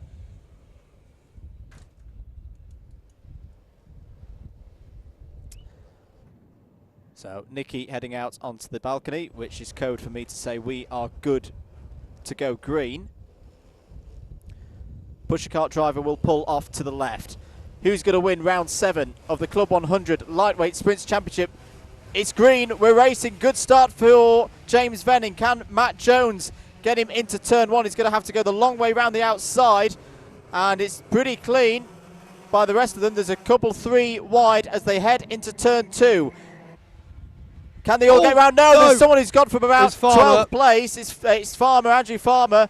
That's not good for him. There's a couple of drivers running wide, but they've retaken to the circuit properly. Farmer actually. But look at this. James Venning is away. He's completely gone up the road. He's probably half a second clear of Chris Woodger in second place. Matt Jones, back into his usual green suit, is now third. 4th place is Toby Baldry, so he's had a good start. And 5th place is Andrew Ward. Farmer managed to keep it going. He's towards the back, but it actually means everybody has got through to this late part of the first lap with nobody spinning or coming to a stop. End of lap 1 then in the lightweight final. It's James Venning leads. Chris Woodger up to 2nd, Matt Jones 3rd, Toby Baldry 4th. Then it's Ward, Wheeldon, Mackenzie, Hicks, Westwood and Snelling wrapping out the top 10. Freddie Fincham had a good start, up 6 positions. Oh, contact! Oh. And it's Charles Jackson who's got involved there. How did they keep that all going? No idea. Come to a stop. Sheer dumb luck, I think, in that one. I thought that was going to get much penalty worse. For Freddie Fincham. ABC bump and pass. So Freddie Fincham, as there's chaos towards the back end of the field, and a lot of drivers slow off turn 3. But that has ruined Freddie Fincham's day, and this has not been a good day for Freddie Fincham in the championship chase. Now look at this battle for second place. Woodger and Jones. Now Matt Jones might want to push Chris Woodger along at this stage of the race. He's just set the fastest lap of the race of 52.636. The pace at the head of this A final is fast. The top 5 are all in the 52s. That's the first time I think I've been able to say that this weekend. There's more penalties coming in. Now there is one for Alessandro Carloni. And I saw Woodger slow. What happened to Woodger then? Carloni's impact, by the way, I saw it, Andrew. It was actually, ironically, on Freddie Fincham, who had just received exactly the same penalty. So Fincham's dropped further positions back as a result of that. We've got our first kart to actually come to a stop in the first sector. I'll check out who that is as they come round. Got a proper battle here for second place. I think you're right. Woodger looks slow off the slow speed corners. Matt Jones is going to try and have a little look down the inside. Oh, I'm going to change my opinion. I think if I'm Matt Jones, I've got to get through. You've got to get past Chris Woodger if you want to win the race. Matt Jones is looking down the inside, but can't get it done. Toby Baldry's still there. Andrew Ward's still there. Contact warning for the number 40 of Terry Oliphant. He's your driver who came to a stop. Is Terry Oliphant now underway again? But yes, this is the place to look at the moment. Chris Woodger and Matt Jones. And then behind them is this battle with Toby Baldry, Andrew Ward, and Tom Mackenzie's on the scene as well. And yeah, so Tom Mackenzie and Jed Hicks, I'd say, for that matter as well. In fact, I think Jed Hicks hasn't got through. And they're also pulling Adam Wheeldon with them, who's had a quiet day so far, but we know how quick he is. You can see that he's got some kind of, he's not happy with the drive off the corner there. But he's got good top end. He has got good top end. And Matt Jones is going to do this. He's going to send it up the inside. Can he control the running wide? No, he can't. Oh, he's frustrated with himself. That is so easy to do. And Woodger holds on to second place, who I think realises now he's not going to be able to catch James Venning, so he's just going to defend as hard as he can for the next 8 and a bit minutes to try and hold on to second place. Woodger doing well to drive around the problem, but you can see the train of carts that's forming behind him. You've got Matt Jones, Tony Baldry, Andrew Ward, Tom Mackenzie, Jed Hicks, and Adam what a move! Oh. What a move by Matt Jones! He stuck it down the inside. He practically scared Chris Woodger out of the way. What an overtaking manoeuvre. I think it's just taken the title of overtake of the day away from James Taylor this morning. That was astonishing. And it allowed Toby Baldry through as well. Here's the replay. This. I mean, he's thought about it all the way from over the crest of the hill and just gone wham, stick it down the inside and take second place. Absolutely impressive stuff. And now it's Tom Mackenzie having a look at Woodger because Andrew Ward has... Andrew Ward hasn't got through. Andrew Ward lost out to Mackenzie. Now Mackenzie's going to try the inside of Woodger. And it's all gone wrong for Woodger. He realises now there's nothing he can do. Ward is going to come past him as well now. Jed Hicks is going to get involved. And, Hicks has a bit of a moment there over the rough stuff. Wheeldon's still there as well. There's contact between Woodger and Ward. And now Hicks is through in that exchange. Well, let's just calm everything down. James Venning is away. This is a fantastic run for James Venning. This could be his first double win in Club 100. There's contact warnings for Jed Hicks and Freddie Fincham. Matt Jones is 2.5 seconds down. Toby Baldry is there in third. Then it's Tom Mackenzie and Andrew Ward wrapping out the top 5. Woodger still hanging on in there, but it has all gone away from him in terms of getting a trophy and getting the big points here. And you can see how Jed Hicks pulls away from him out of that slow turn 3. It is just the bottom end he hasn't quite got, isn't it? Yeah, and this will probably end up as a drop score for him for now as well. We'll wait to see how the rest of Chris's season goes. 6 minutes or just under left of this one. Matt Jones has got the fastest lap of the race, so he has got the pace in him to challenge here, but at the moment James Venning is setting a blistering pace himself. The gap just went down by 2.5 tenths on that lap, though. Matt Jones doing all he can. We've got a battle on here for 4th place. Andrew Ward has just set the fastest lap of the race of 52.4. Tom Mackenzie of 52.679. Now, if the two of them work together, they could catch Toby Baldry there in third, and you never know, maybe Matt Jones in second place. It feels to me like the tide of this race has just turned. This is no longer a scrap to see, can anyone catch James Venning? I think that's done. This is all about who's going to take second and third. Yeah, just about to say that this battle has pulled away from Jed Hicks, who hasn't been able to pull away from Chris Woodger in the way other people haven't. Woodger was almost looking like he was going to challenge Hicks into Clinton's on that last time through. Still with them is Adam Wheeldon in 8th place. Yeah, Mackenzie and Ward have got about 0.3 of a second each lap over Jones and Baldry. If they can keep that up, they're going to catch them, 2 laps? But they're also all closing up on James Venning here. Now, Venning may well have a response in hand and is just controlling this. But for now. Let's dream that it's building up to a big finish here, because they are catching James Venning as it stands at the moment. Probably about 6 or 7 laps to go in this lightweight A final for round 7, Club 100 2018. Now, is Ward's going to go down the inside? No, he doesn't. He has a little half think about it, but decides, no, let's keep working together and try and get the good run down into turn 1. Across start finish, let's check the lap times. 52.7s and 52.8s for Jones and Baldry. Mackenzie and Ward both in the 52.6s. As was James Venning as well. So James Venning, here's the battle. Here's Wielden going down the inside of Woodger. This would be a big move for the championship. And Woodger holds on to it for now. But I agree. I think Hicks is holding them up at this stage of the race. He's giving the little point to say, let's work together.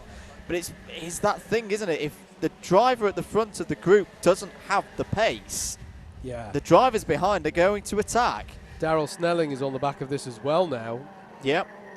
So it's a 4-kart battle over 6th place. And the number 1 of Tom Mackenzie, as up the inside goes Woodger on Hicks. Can he get the move done? He's got to be brave into the final corner. Oh, the side-by-side, a bit of use of the curb there by Woodger. They're still side-by-side as they go and start finish. And Wielden's going to be up the inside, I think, as well. Can he get the move done? Can he hold Woodger out to dry through turn 1? I think he can. Great move that by Adam Wielden. Jed Hicks again. And that's Matt Jones. Matt Jones is off. Matt Jones is off, and he's out of 2nd place. And Mackenzie's gone as well. Oh my goodness me! Tom Mackenzie is out. Matt Jones is out. Baldry is up to 2nd place, and Ward is up to 3rd. Drama aplenty here. The disappointment is clear for Matt Jones at the side of the road, just getting recovered now. Goodness me. Well, what happened there? Snelling's also got past Woodger. It's all going on in this lightweight A final. James Venning has checked out and gone. Another 52.6, and he's going to be well clear of Toby Baldry, 3.9 seconds clear. Andrew Ward is there in 3rd. Here's the battle between Wielden and Hicks. Wielden having a look down the inside. Hicks carries good speed through turn 1. There's a yellow flag out still. Yeah, for the one that just got recovered. Yeah, that's Tom Mackenzie. So his race is done for today. Although, incidentally, Andrew, he's been restarted and joined just in front of 2nd place. So this could get interesting. What led to Mackenzie being off the road? Well, I was about to say that Mackenzie had caught Baldry. I'm going to have a guess that Mackenzie's gone for a move down the inside of Baldry, outbraked himself, and poor Matt Jones has just been there, because Matt Jones wasn't that far ahead either. We didn't see it on camera, but that's going to be my guess. There's a penalty for Alessandro Carloni for advantage by contact takeout. Now, I do wonder, Andrew, we haven't seen anybody else being taken out or coming to a stop recently. So was that a lapping incident? You might be onto something there. Anyway, 1 minute to go. There's a yellow flag out at turn 3, which is for the 86 being recovered. That's Michael White. He has now been recovered. So maybe that could have been the takeout, perhaps. Yep. But James Venning, what a turn up for the books this could be. Who would have expected a double win for James Venning this weekend? Meanwhile, the battle between Woodger, Snelling, and everybody else is still going on. That's the 28 of Guy Holiday. He's had a fantastic day so far today. And Rob Langthorpe's in there as well in the number 5. We're on to the final lap of the race. What is going to happen here? Woodger is fighting for every single point he can, because he knows how important that is for his championship bid. The championship leader going into round 7 here today at Ellough Park. I'm looking out for where the leader just coming through 4 now. Thank you. But the battle for 2nd isn't done yet, it's worth noting as well. Yep. The gap just 2.5 tenths between Toby Baldry and Andrew Ward as they came onto this lap, and there is some traffic as well ahead of them. Leader coming round into the final hairpin now. What a day this has been for James Venning. He has not put a foot wrong all day. James Venning wins round 7 of the Club 100 lightweight sprints for 2018. It's a double victory. It's a dominant victory, and that is a huge boost for for his championship bid. Toby Baldry finishes second. Andrew Ward takes his first podium since Red Lodge last year in third. Jet Hicks is fourth. Adam Wheeldon is fifth, and my goodness, that was close over the line. 0.056 of a second. Darrell Snelling, that's got to be one of his best results in sixth. What a drive. Chris Woodger is seventh. Eighth is Rob Langthorpe. Good recovery drive by Langthorpe. Ninth is Guy Holliday. 10th is Billy Robson. I think there's a lot of drivers out here today who've got their best results in their Club 100 careers. 11th is Craig Rankin. That's quite a drive from the back of the field for Craig Rankin. 12th is Pez Taraj. 13th is Stephen Westwood. 14th, Ewan Bennett. 15th was Freddie Fincham, but we know he has a penalty. 16th was Andrew Farmer. 17th was Siobhan Dade. 18th was Keith Segal. I said Keith could get up into the top 20, so that's a good drive from Keith Segal. 19th from Alessandro Carloni, but we know he has penalties. 20th for Adam Norris, and then we get into the drivers who've had a problem, or at least one, through that race. 21st, Matt Jones. 22nd, Elohim Ribeiro. 23rd, Daniel Crawley. 24th, Martin Auger. 25th, Terry Oliphant. 26th, Charles Jackson. 27th, Michael White. 28th, Simon Field. And 29th, boy oh boy, when it could have been a podium for Tom Mackenzie. I should say right off the bat, that was a marked improvement. Absolutely. Marked improvement. What drama there then, and it's not over yet. Next up will be the trophy final, the Sprint A final for heavyweights and super heavyweights.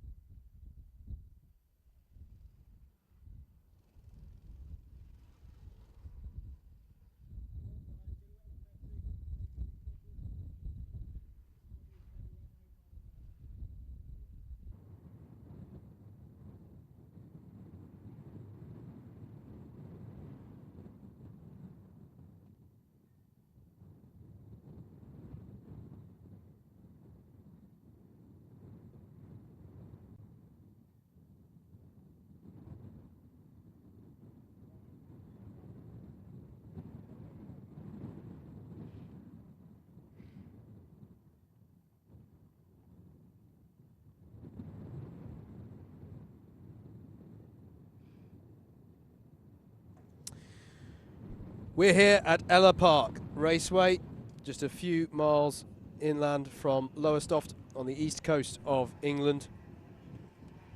This is round 7 of the Club 100 Sprint Championships for 2018, and we're going into our last race of the day and indeed of the weekend. Thank you very much for joining us.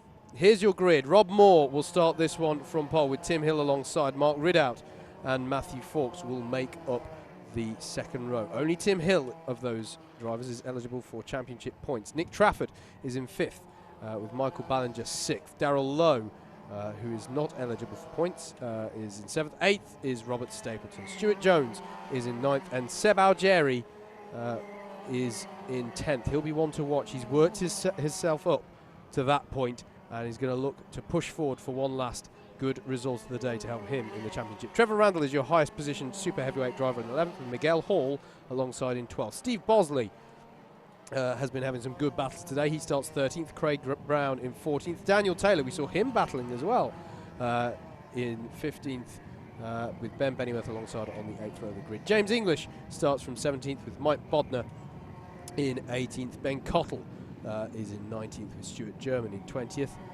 21st is Jordan Salter with Andrew Cherry alongside. On the 12th row of the grid we find Mark Turner and Glenn Orford, and that is all of your grid. Apart from that it isn't. Sorry. Apart from that it isn't, because we've got some additional ones in the form of Lenny Wood and Paul Williams. Good Correct. point. Who got promoted? Because I didn't reload the page.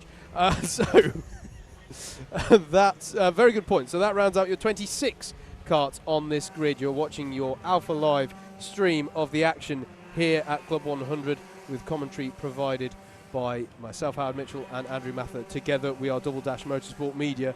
Hello there. Oh yes, we're still on this camera. Hello. I can't, because we've lost. We are in the shot. We're at a different angle. Final race of the day, final race of the weekend. We're going to decide who takes home the trophies in the heavyweights and who takes the super heavyweight trophy as well. Before we wrap up today, do like our Facebook page as well if you've enjoyed the commentary today. Keep up to date with all the commentary business. We're up at Teesside Autodrome next weekend for the British 24 Hours, which should be good. And you can also keep up with the exploits of the DDMM Barnstormers. We had a shocker yesterday. He's being very kind. I had a shocker yesterday. The rest of the team win did as a great team, job. we lose as a team. Fair enough, fair enough. Apart from when Wardy goes and gets a podium. Yes. That's just him. That's just but him. We will use that as the one positive note of the weekend. But yes. Yes, do give us a follow and keep up with everything we're up to. And Alpha Live are doing so much at the moment I almost can't keep up, but your best place to try is on their Facebook page, so give them a follow as well. Club 100, of course, we kind of hope you'd be following them by this point, but if you're not, get over there and follow them. And Club 100 are on Twitter as well, at Club 100 Racing. We're on Twitter as well, at Double Dash MM for Motorsport Media. So plenty of ways that you can follow the various people involved here today.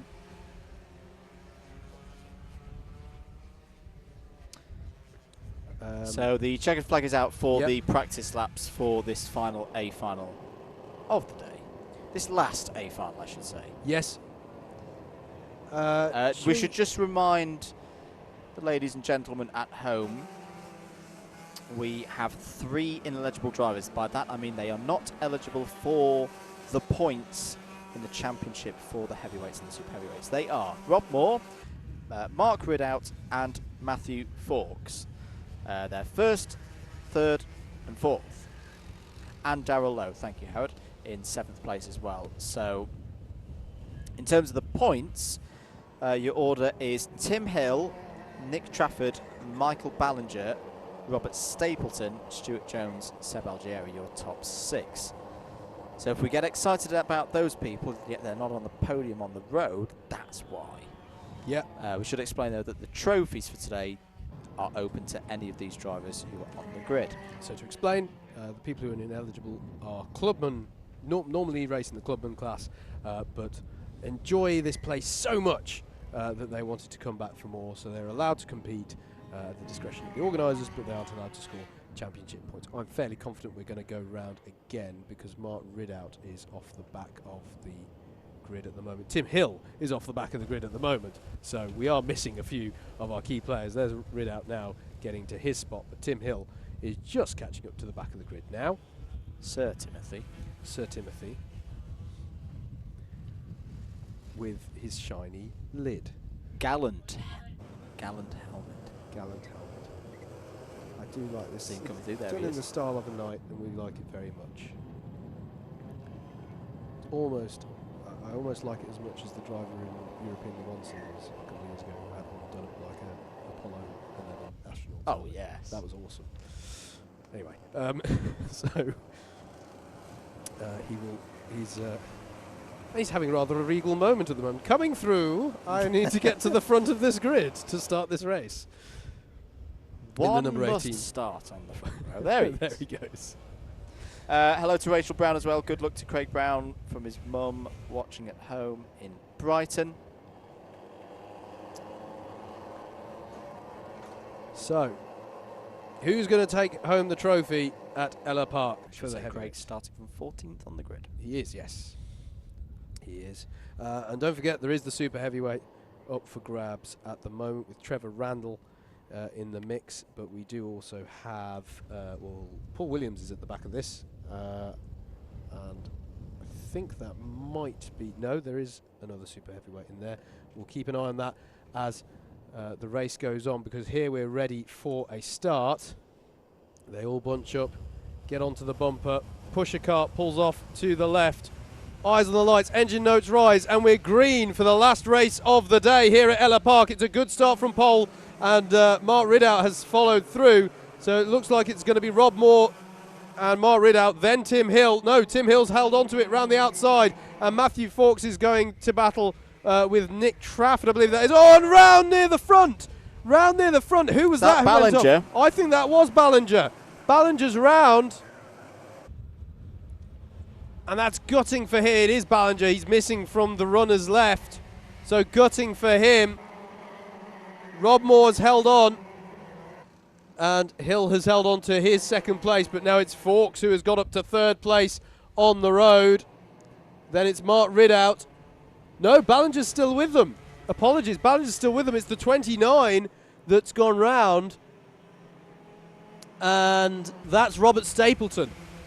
So apologies, same sort of helmet and suit combination. Ben Bennyworth coming through, 3 wide with Nick Trafford there, and Seb Algieri. Contacts warning for Nick Trafford off after that first lap. So it's Rob Moore, Tim Hill, Matthew Fawkes, Mark Ridout, Michael Ballinger, who's absolutely fine, sorry any Ballinger fans, Darrell Lowe, Seb Algieri up to 7th place. This is the thing, this is what Algieri has been working for all day pretty much. To get himself up into the top. He didn't make it through in qualifying, but he has worked his way up, winning the pre-final, or the pre-B final. And further back, this is Bosley and Miguel Hall and Ben Cottle, 3 drivers we've been talking about having battles all weekend, getting a little bit too close for comfort here. This is back in about 12th spot here. And it was Stuart German, the other super heavyweight in the field, along with Jordan Salter. So there's 4 super heavyweights. But at the moment, Trevor Randall is comfortably in the lead of that one.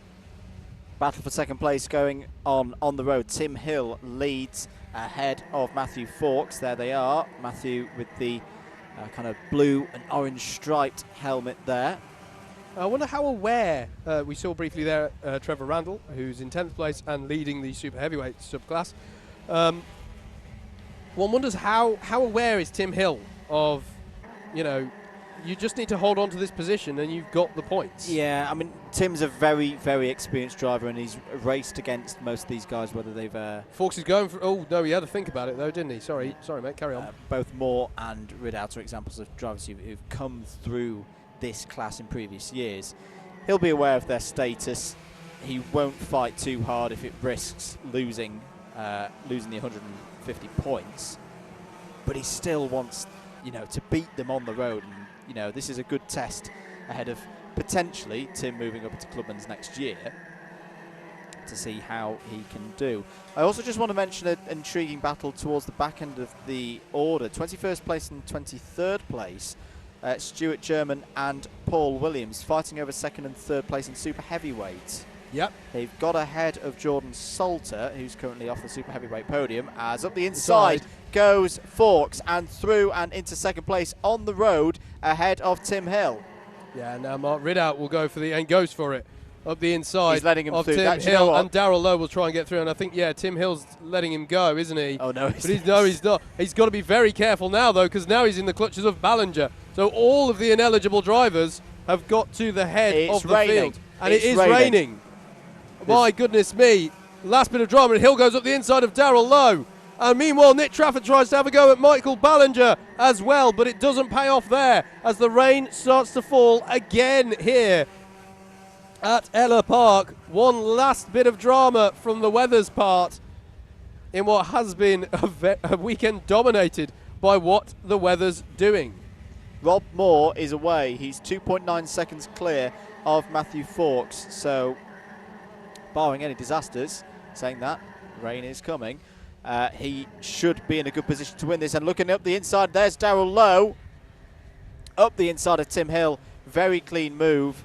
And I think Tim Hill will just let that one go because he knows it's not critical in terms of the championship points. So behind him is Michael Ballinger. Behind him is Nick Trafford. And then it's Seb Algieri, who has got himself up into 8th place.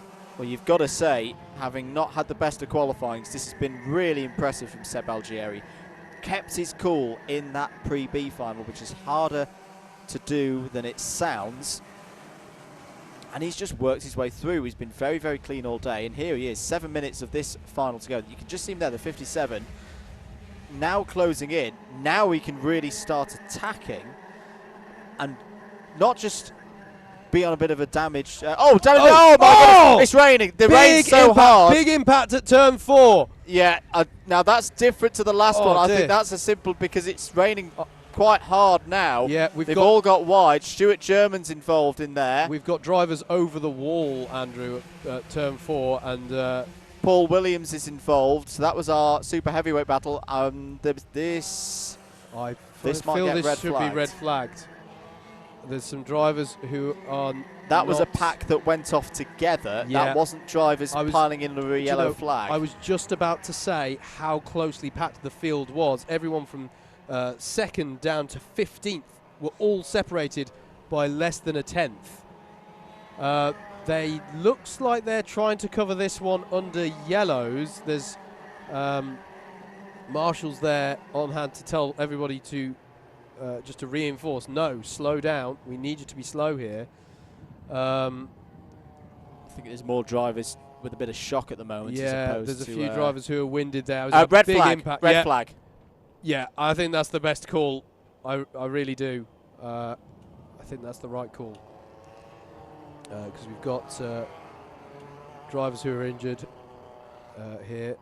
Everybody, I should say,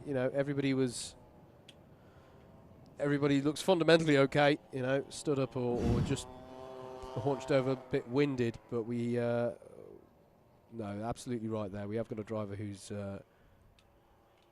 can't tell who it is from this vantage point, but Paul Williams was with them, just checking what was wrong with them. Stuart German's okay. I was a bit worried about Stuart German for a few moments, but he seems fine. There's actually a driver who's already back in the paddock as well, and he immediately got out of his cart, and I saw him do a gesture of, "That's it, I can't." He was limping, and he's gone back to the paddock.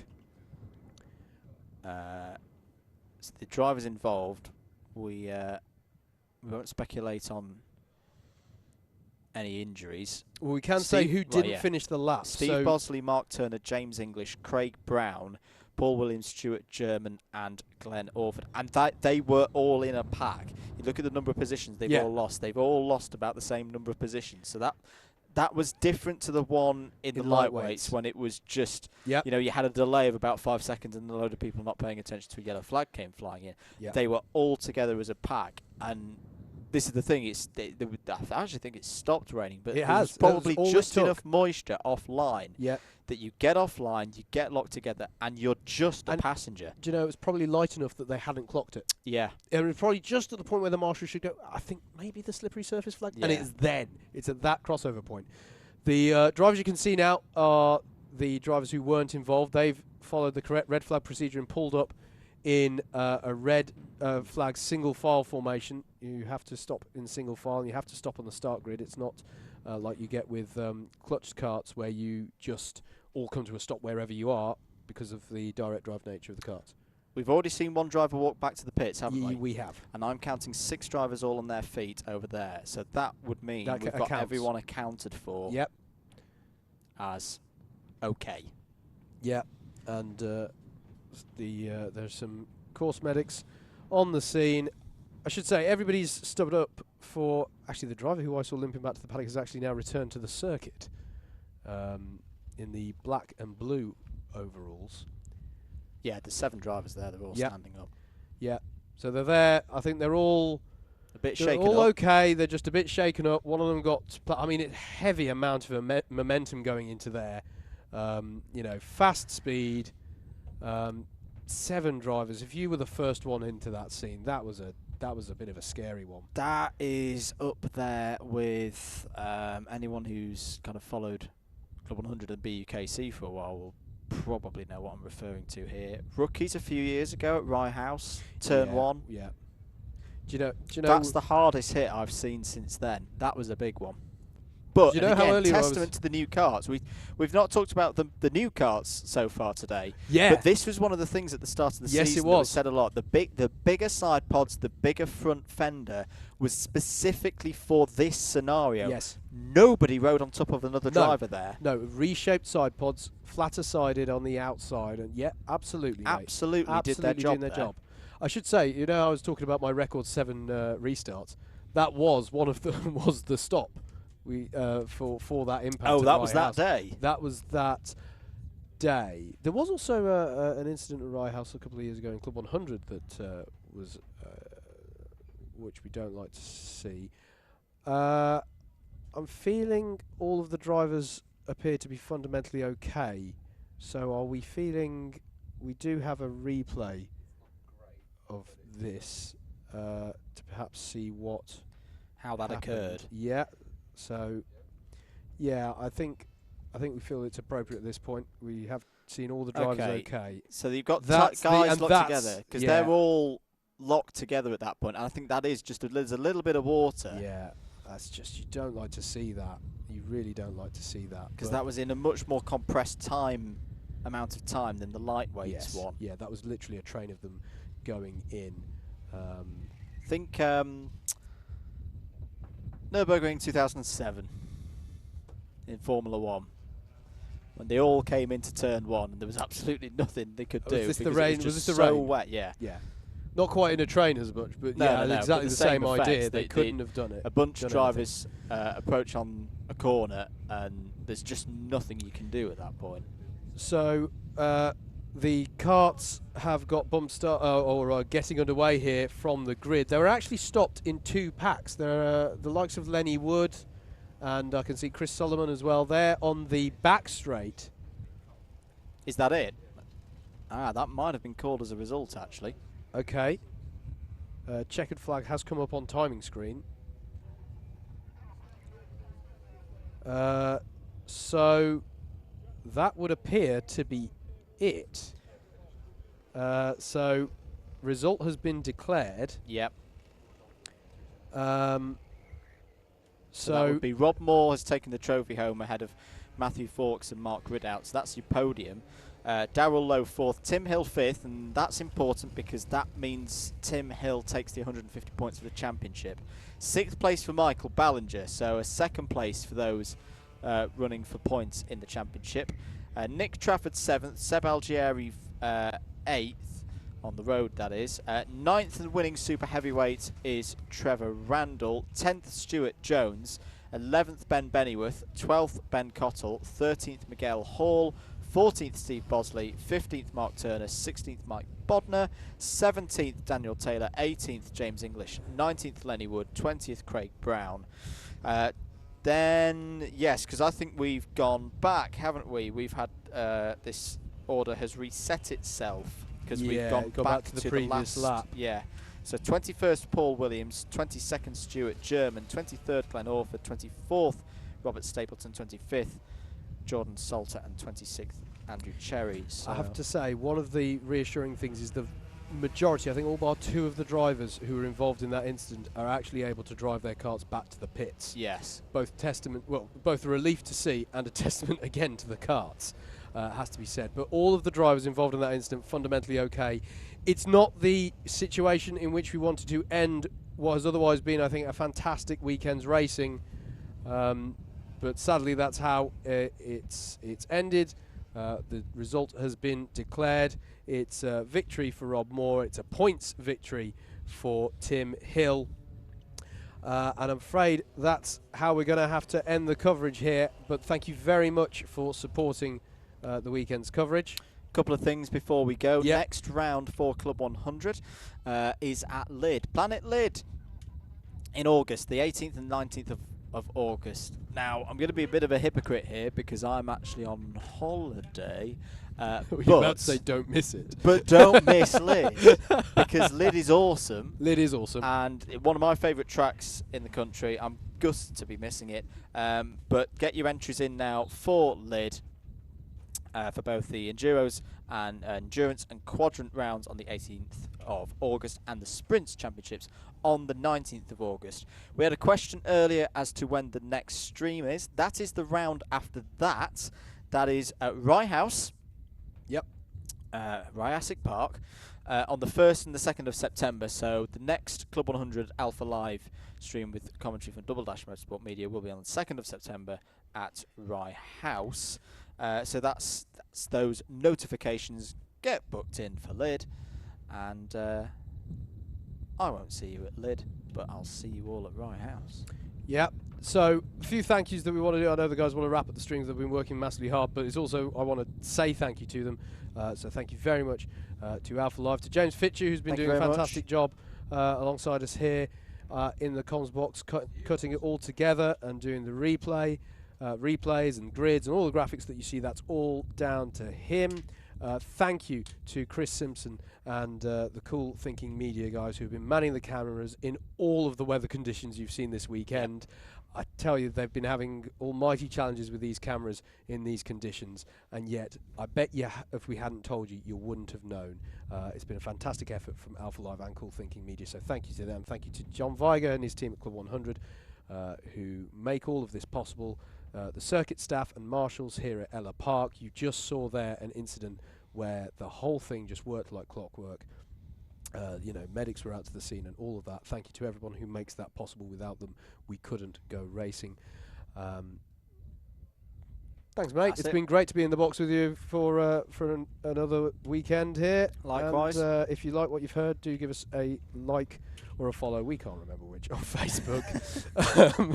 Click that button and keep up to date with what we get up to. And thank you to everyone watching for supporting the stream. Especially next weekend, where again, ourselves, Double Dash Motorsport Media and Alpha Live will be working together once again for the second year in a row at the British 24 Hours up at Teesside. It was a fantastic event last year. That one was affected by weather as well. And we're really looking forward to heading up to Teesside once again. We've also watched this space, an event the following weekend that's pretty exciting. So follow on Twitter, Double Dash MM, and then like on Facebook as well, Double Dash Motorsport Media and Alpha Live for information on that one coming up. This has been an Alpha Live production alongside Double Dash Motorsport Media for Club 100 Racing Limited. Thank you very much for your continued support of the championship. Thank you for being with us this weekend. We will see you next time for the stream at Rye House in September, and we will see you as well at Planet Lydd for round 7 of the championship on the 18th and 19th of August. Until then, thank you and goodbye.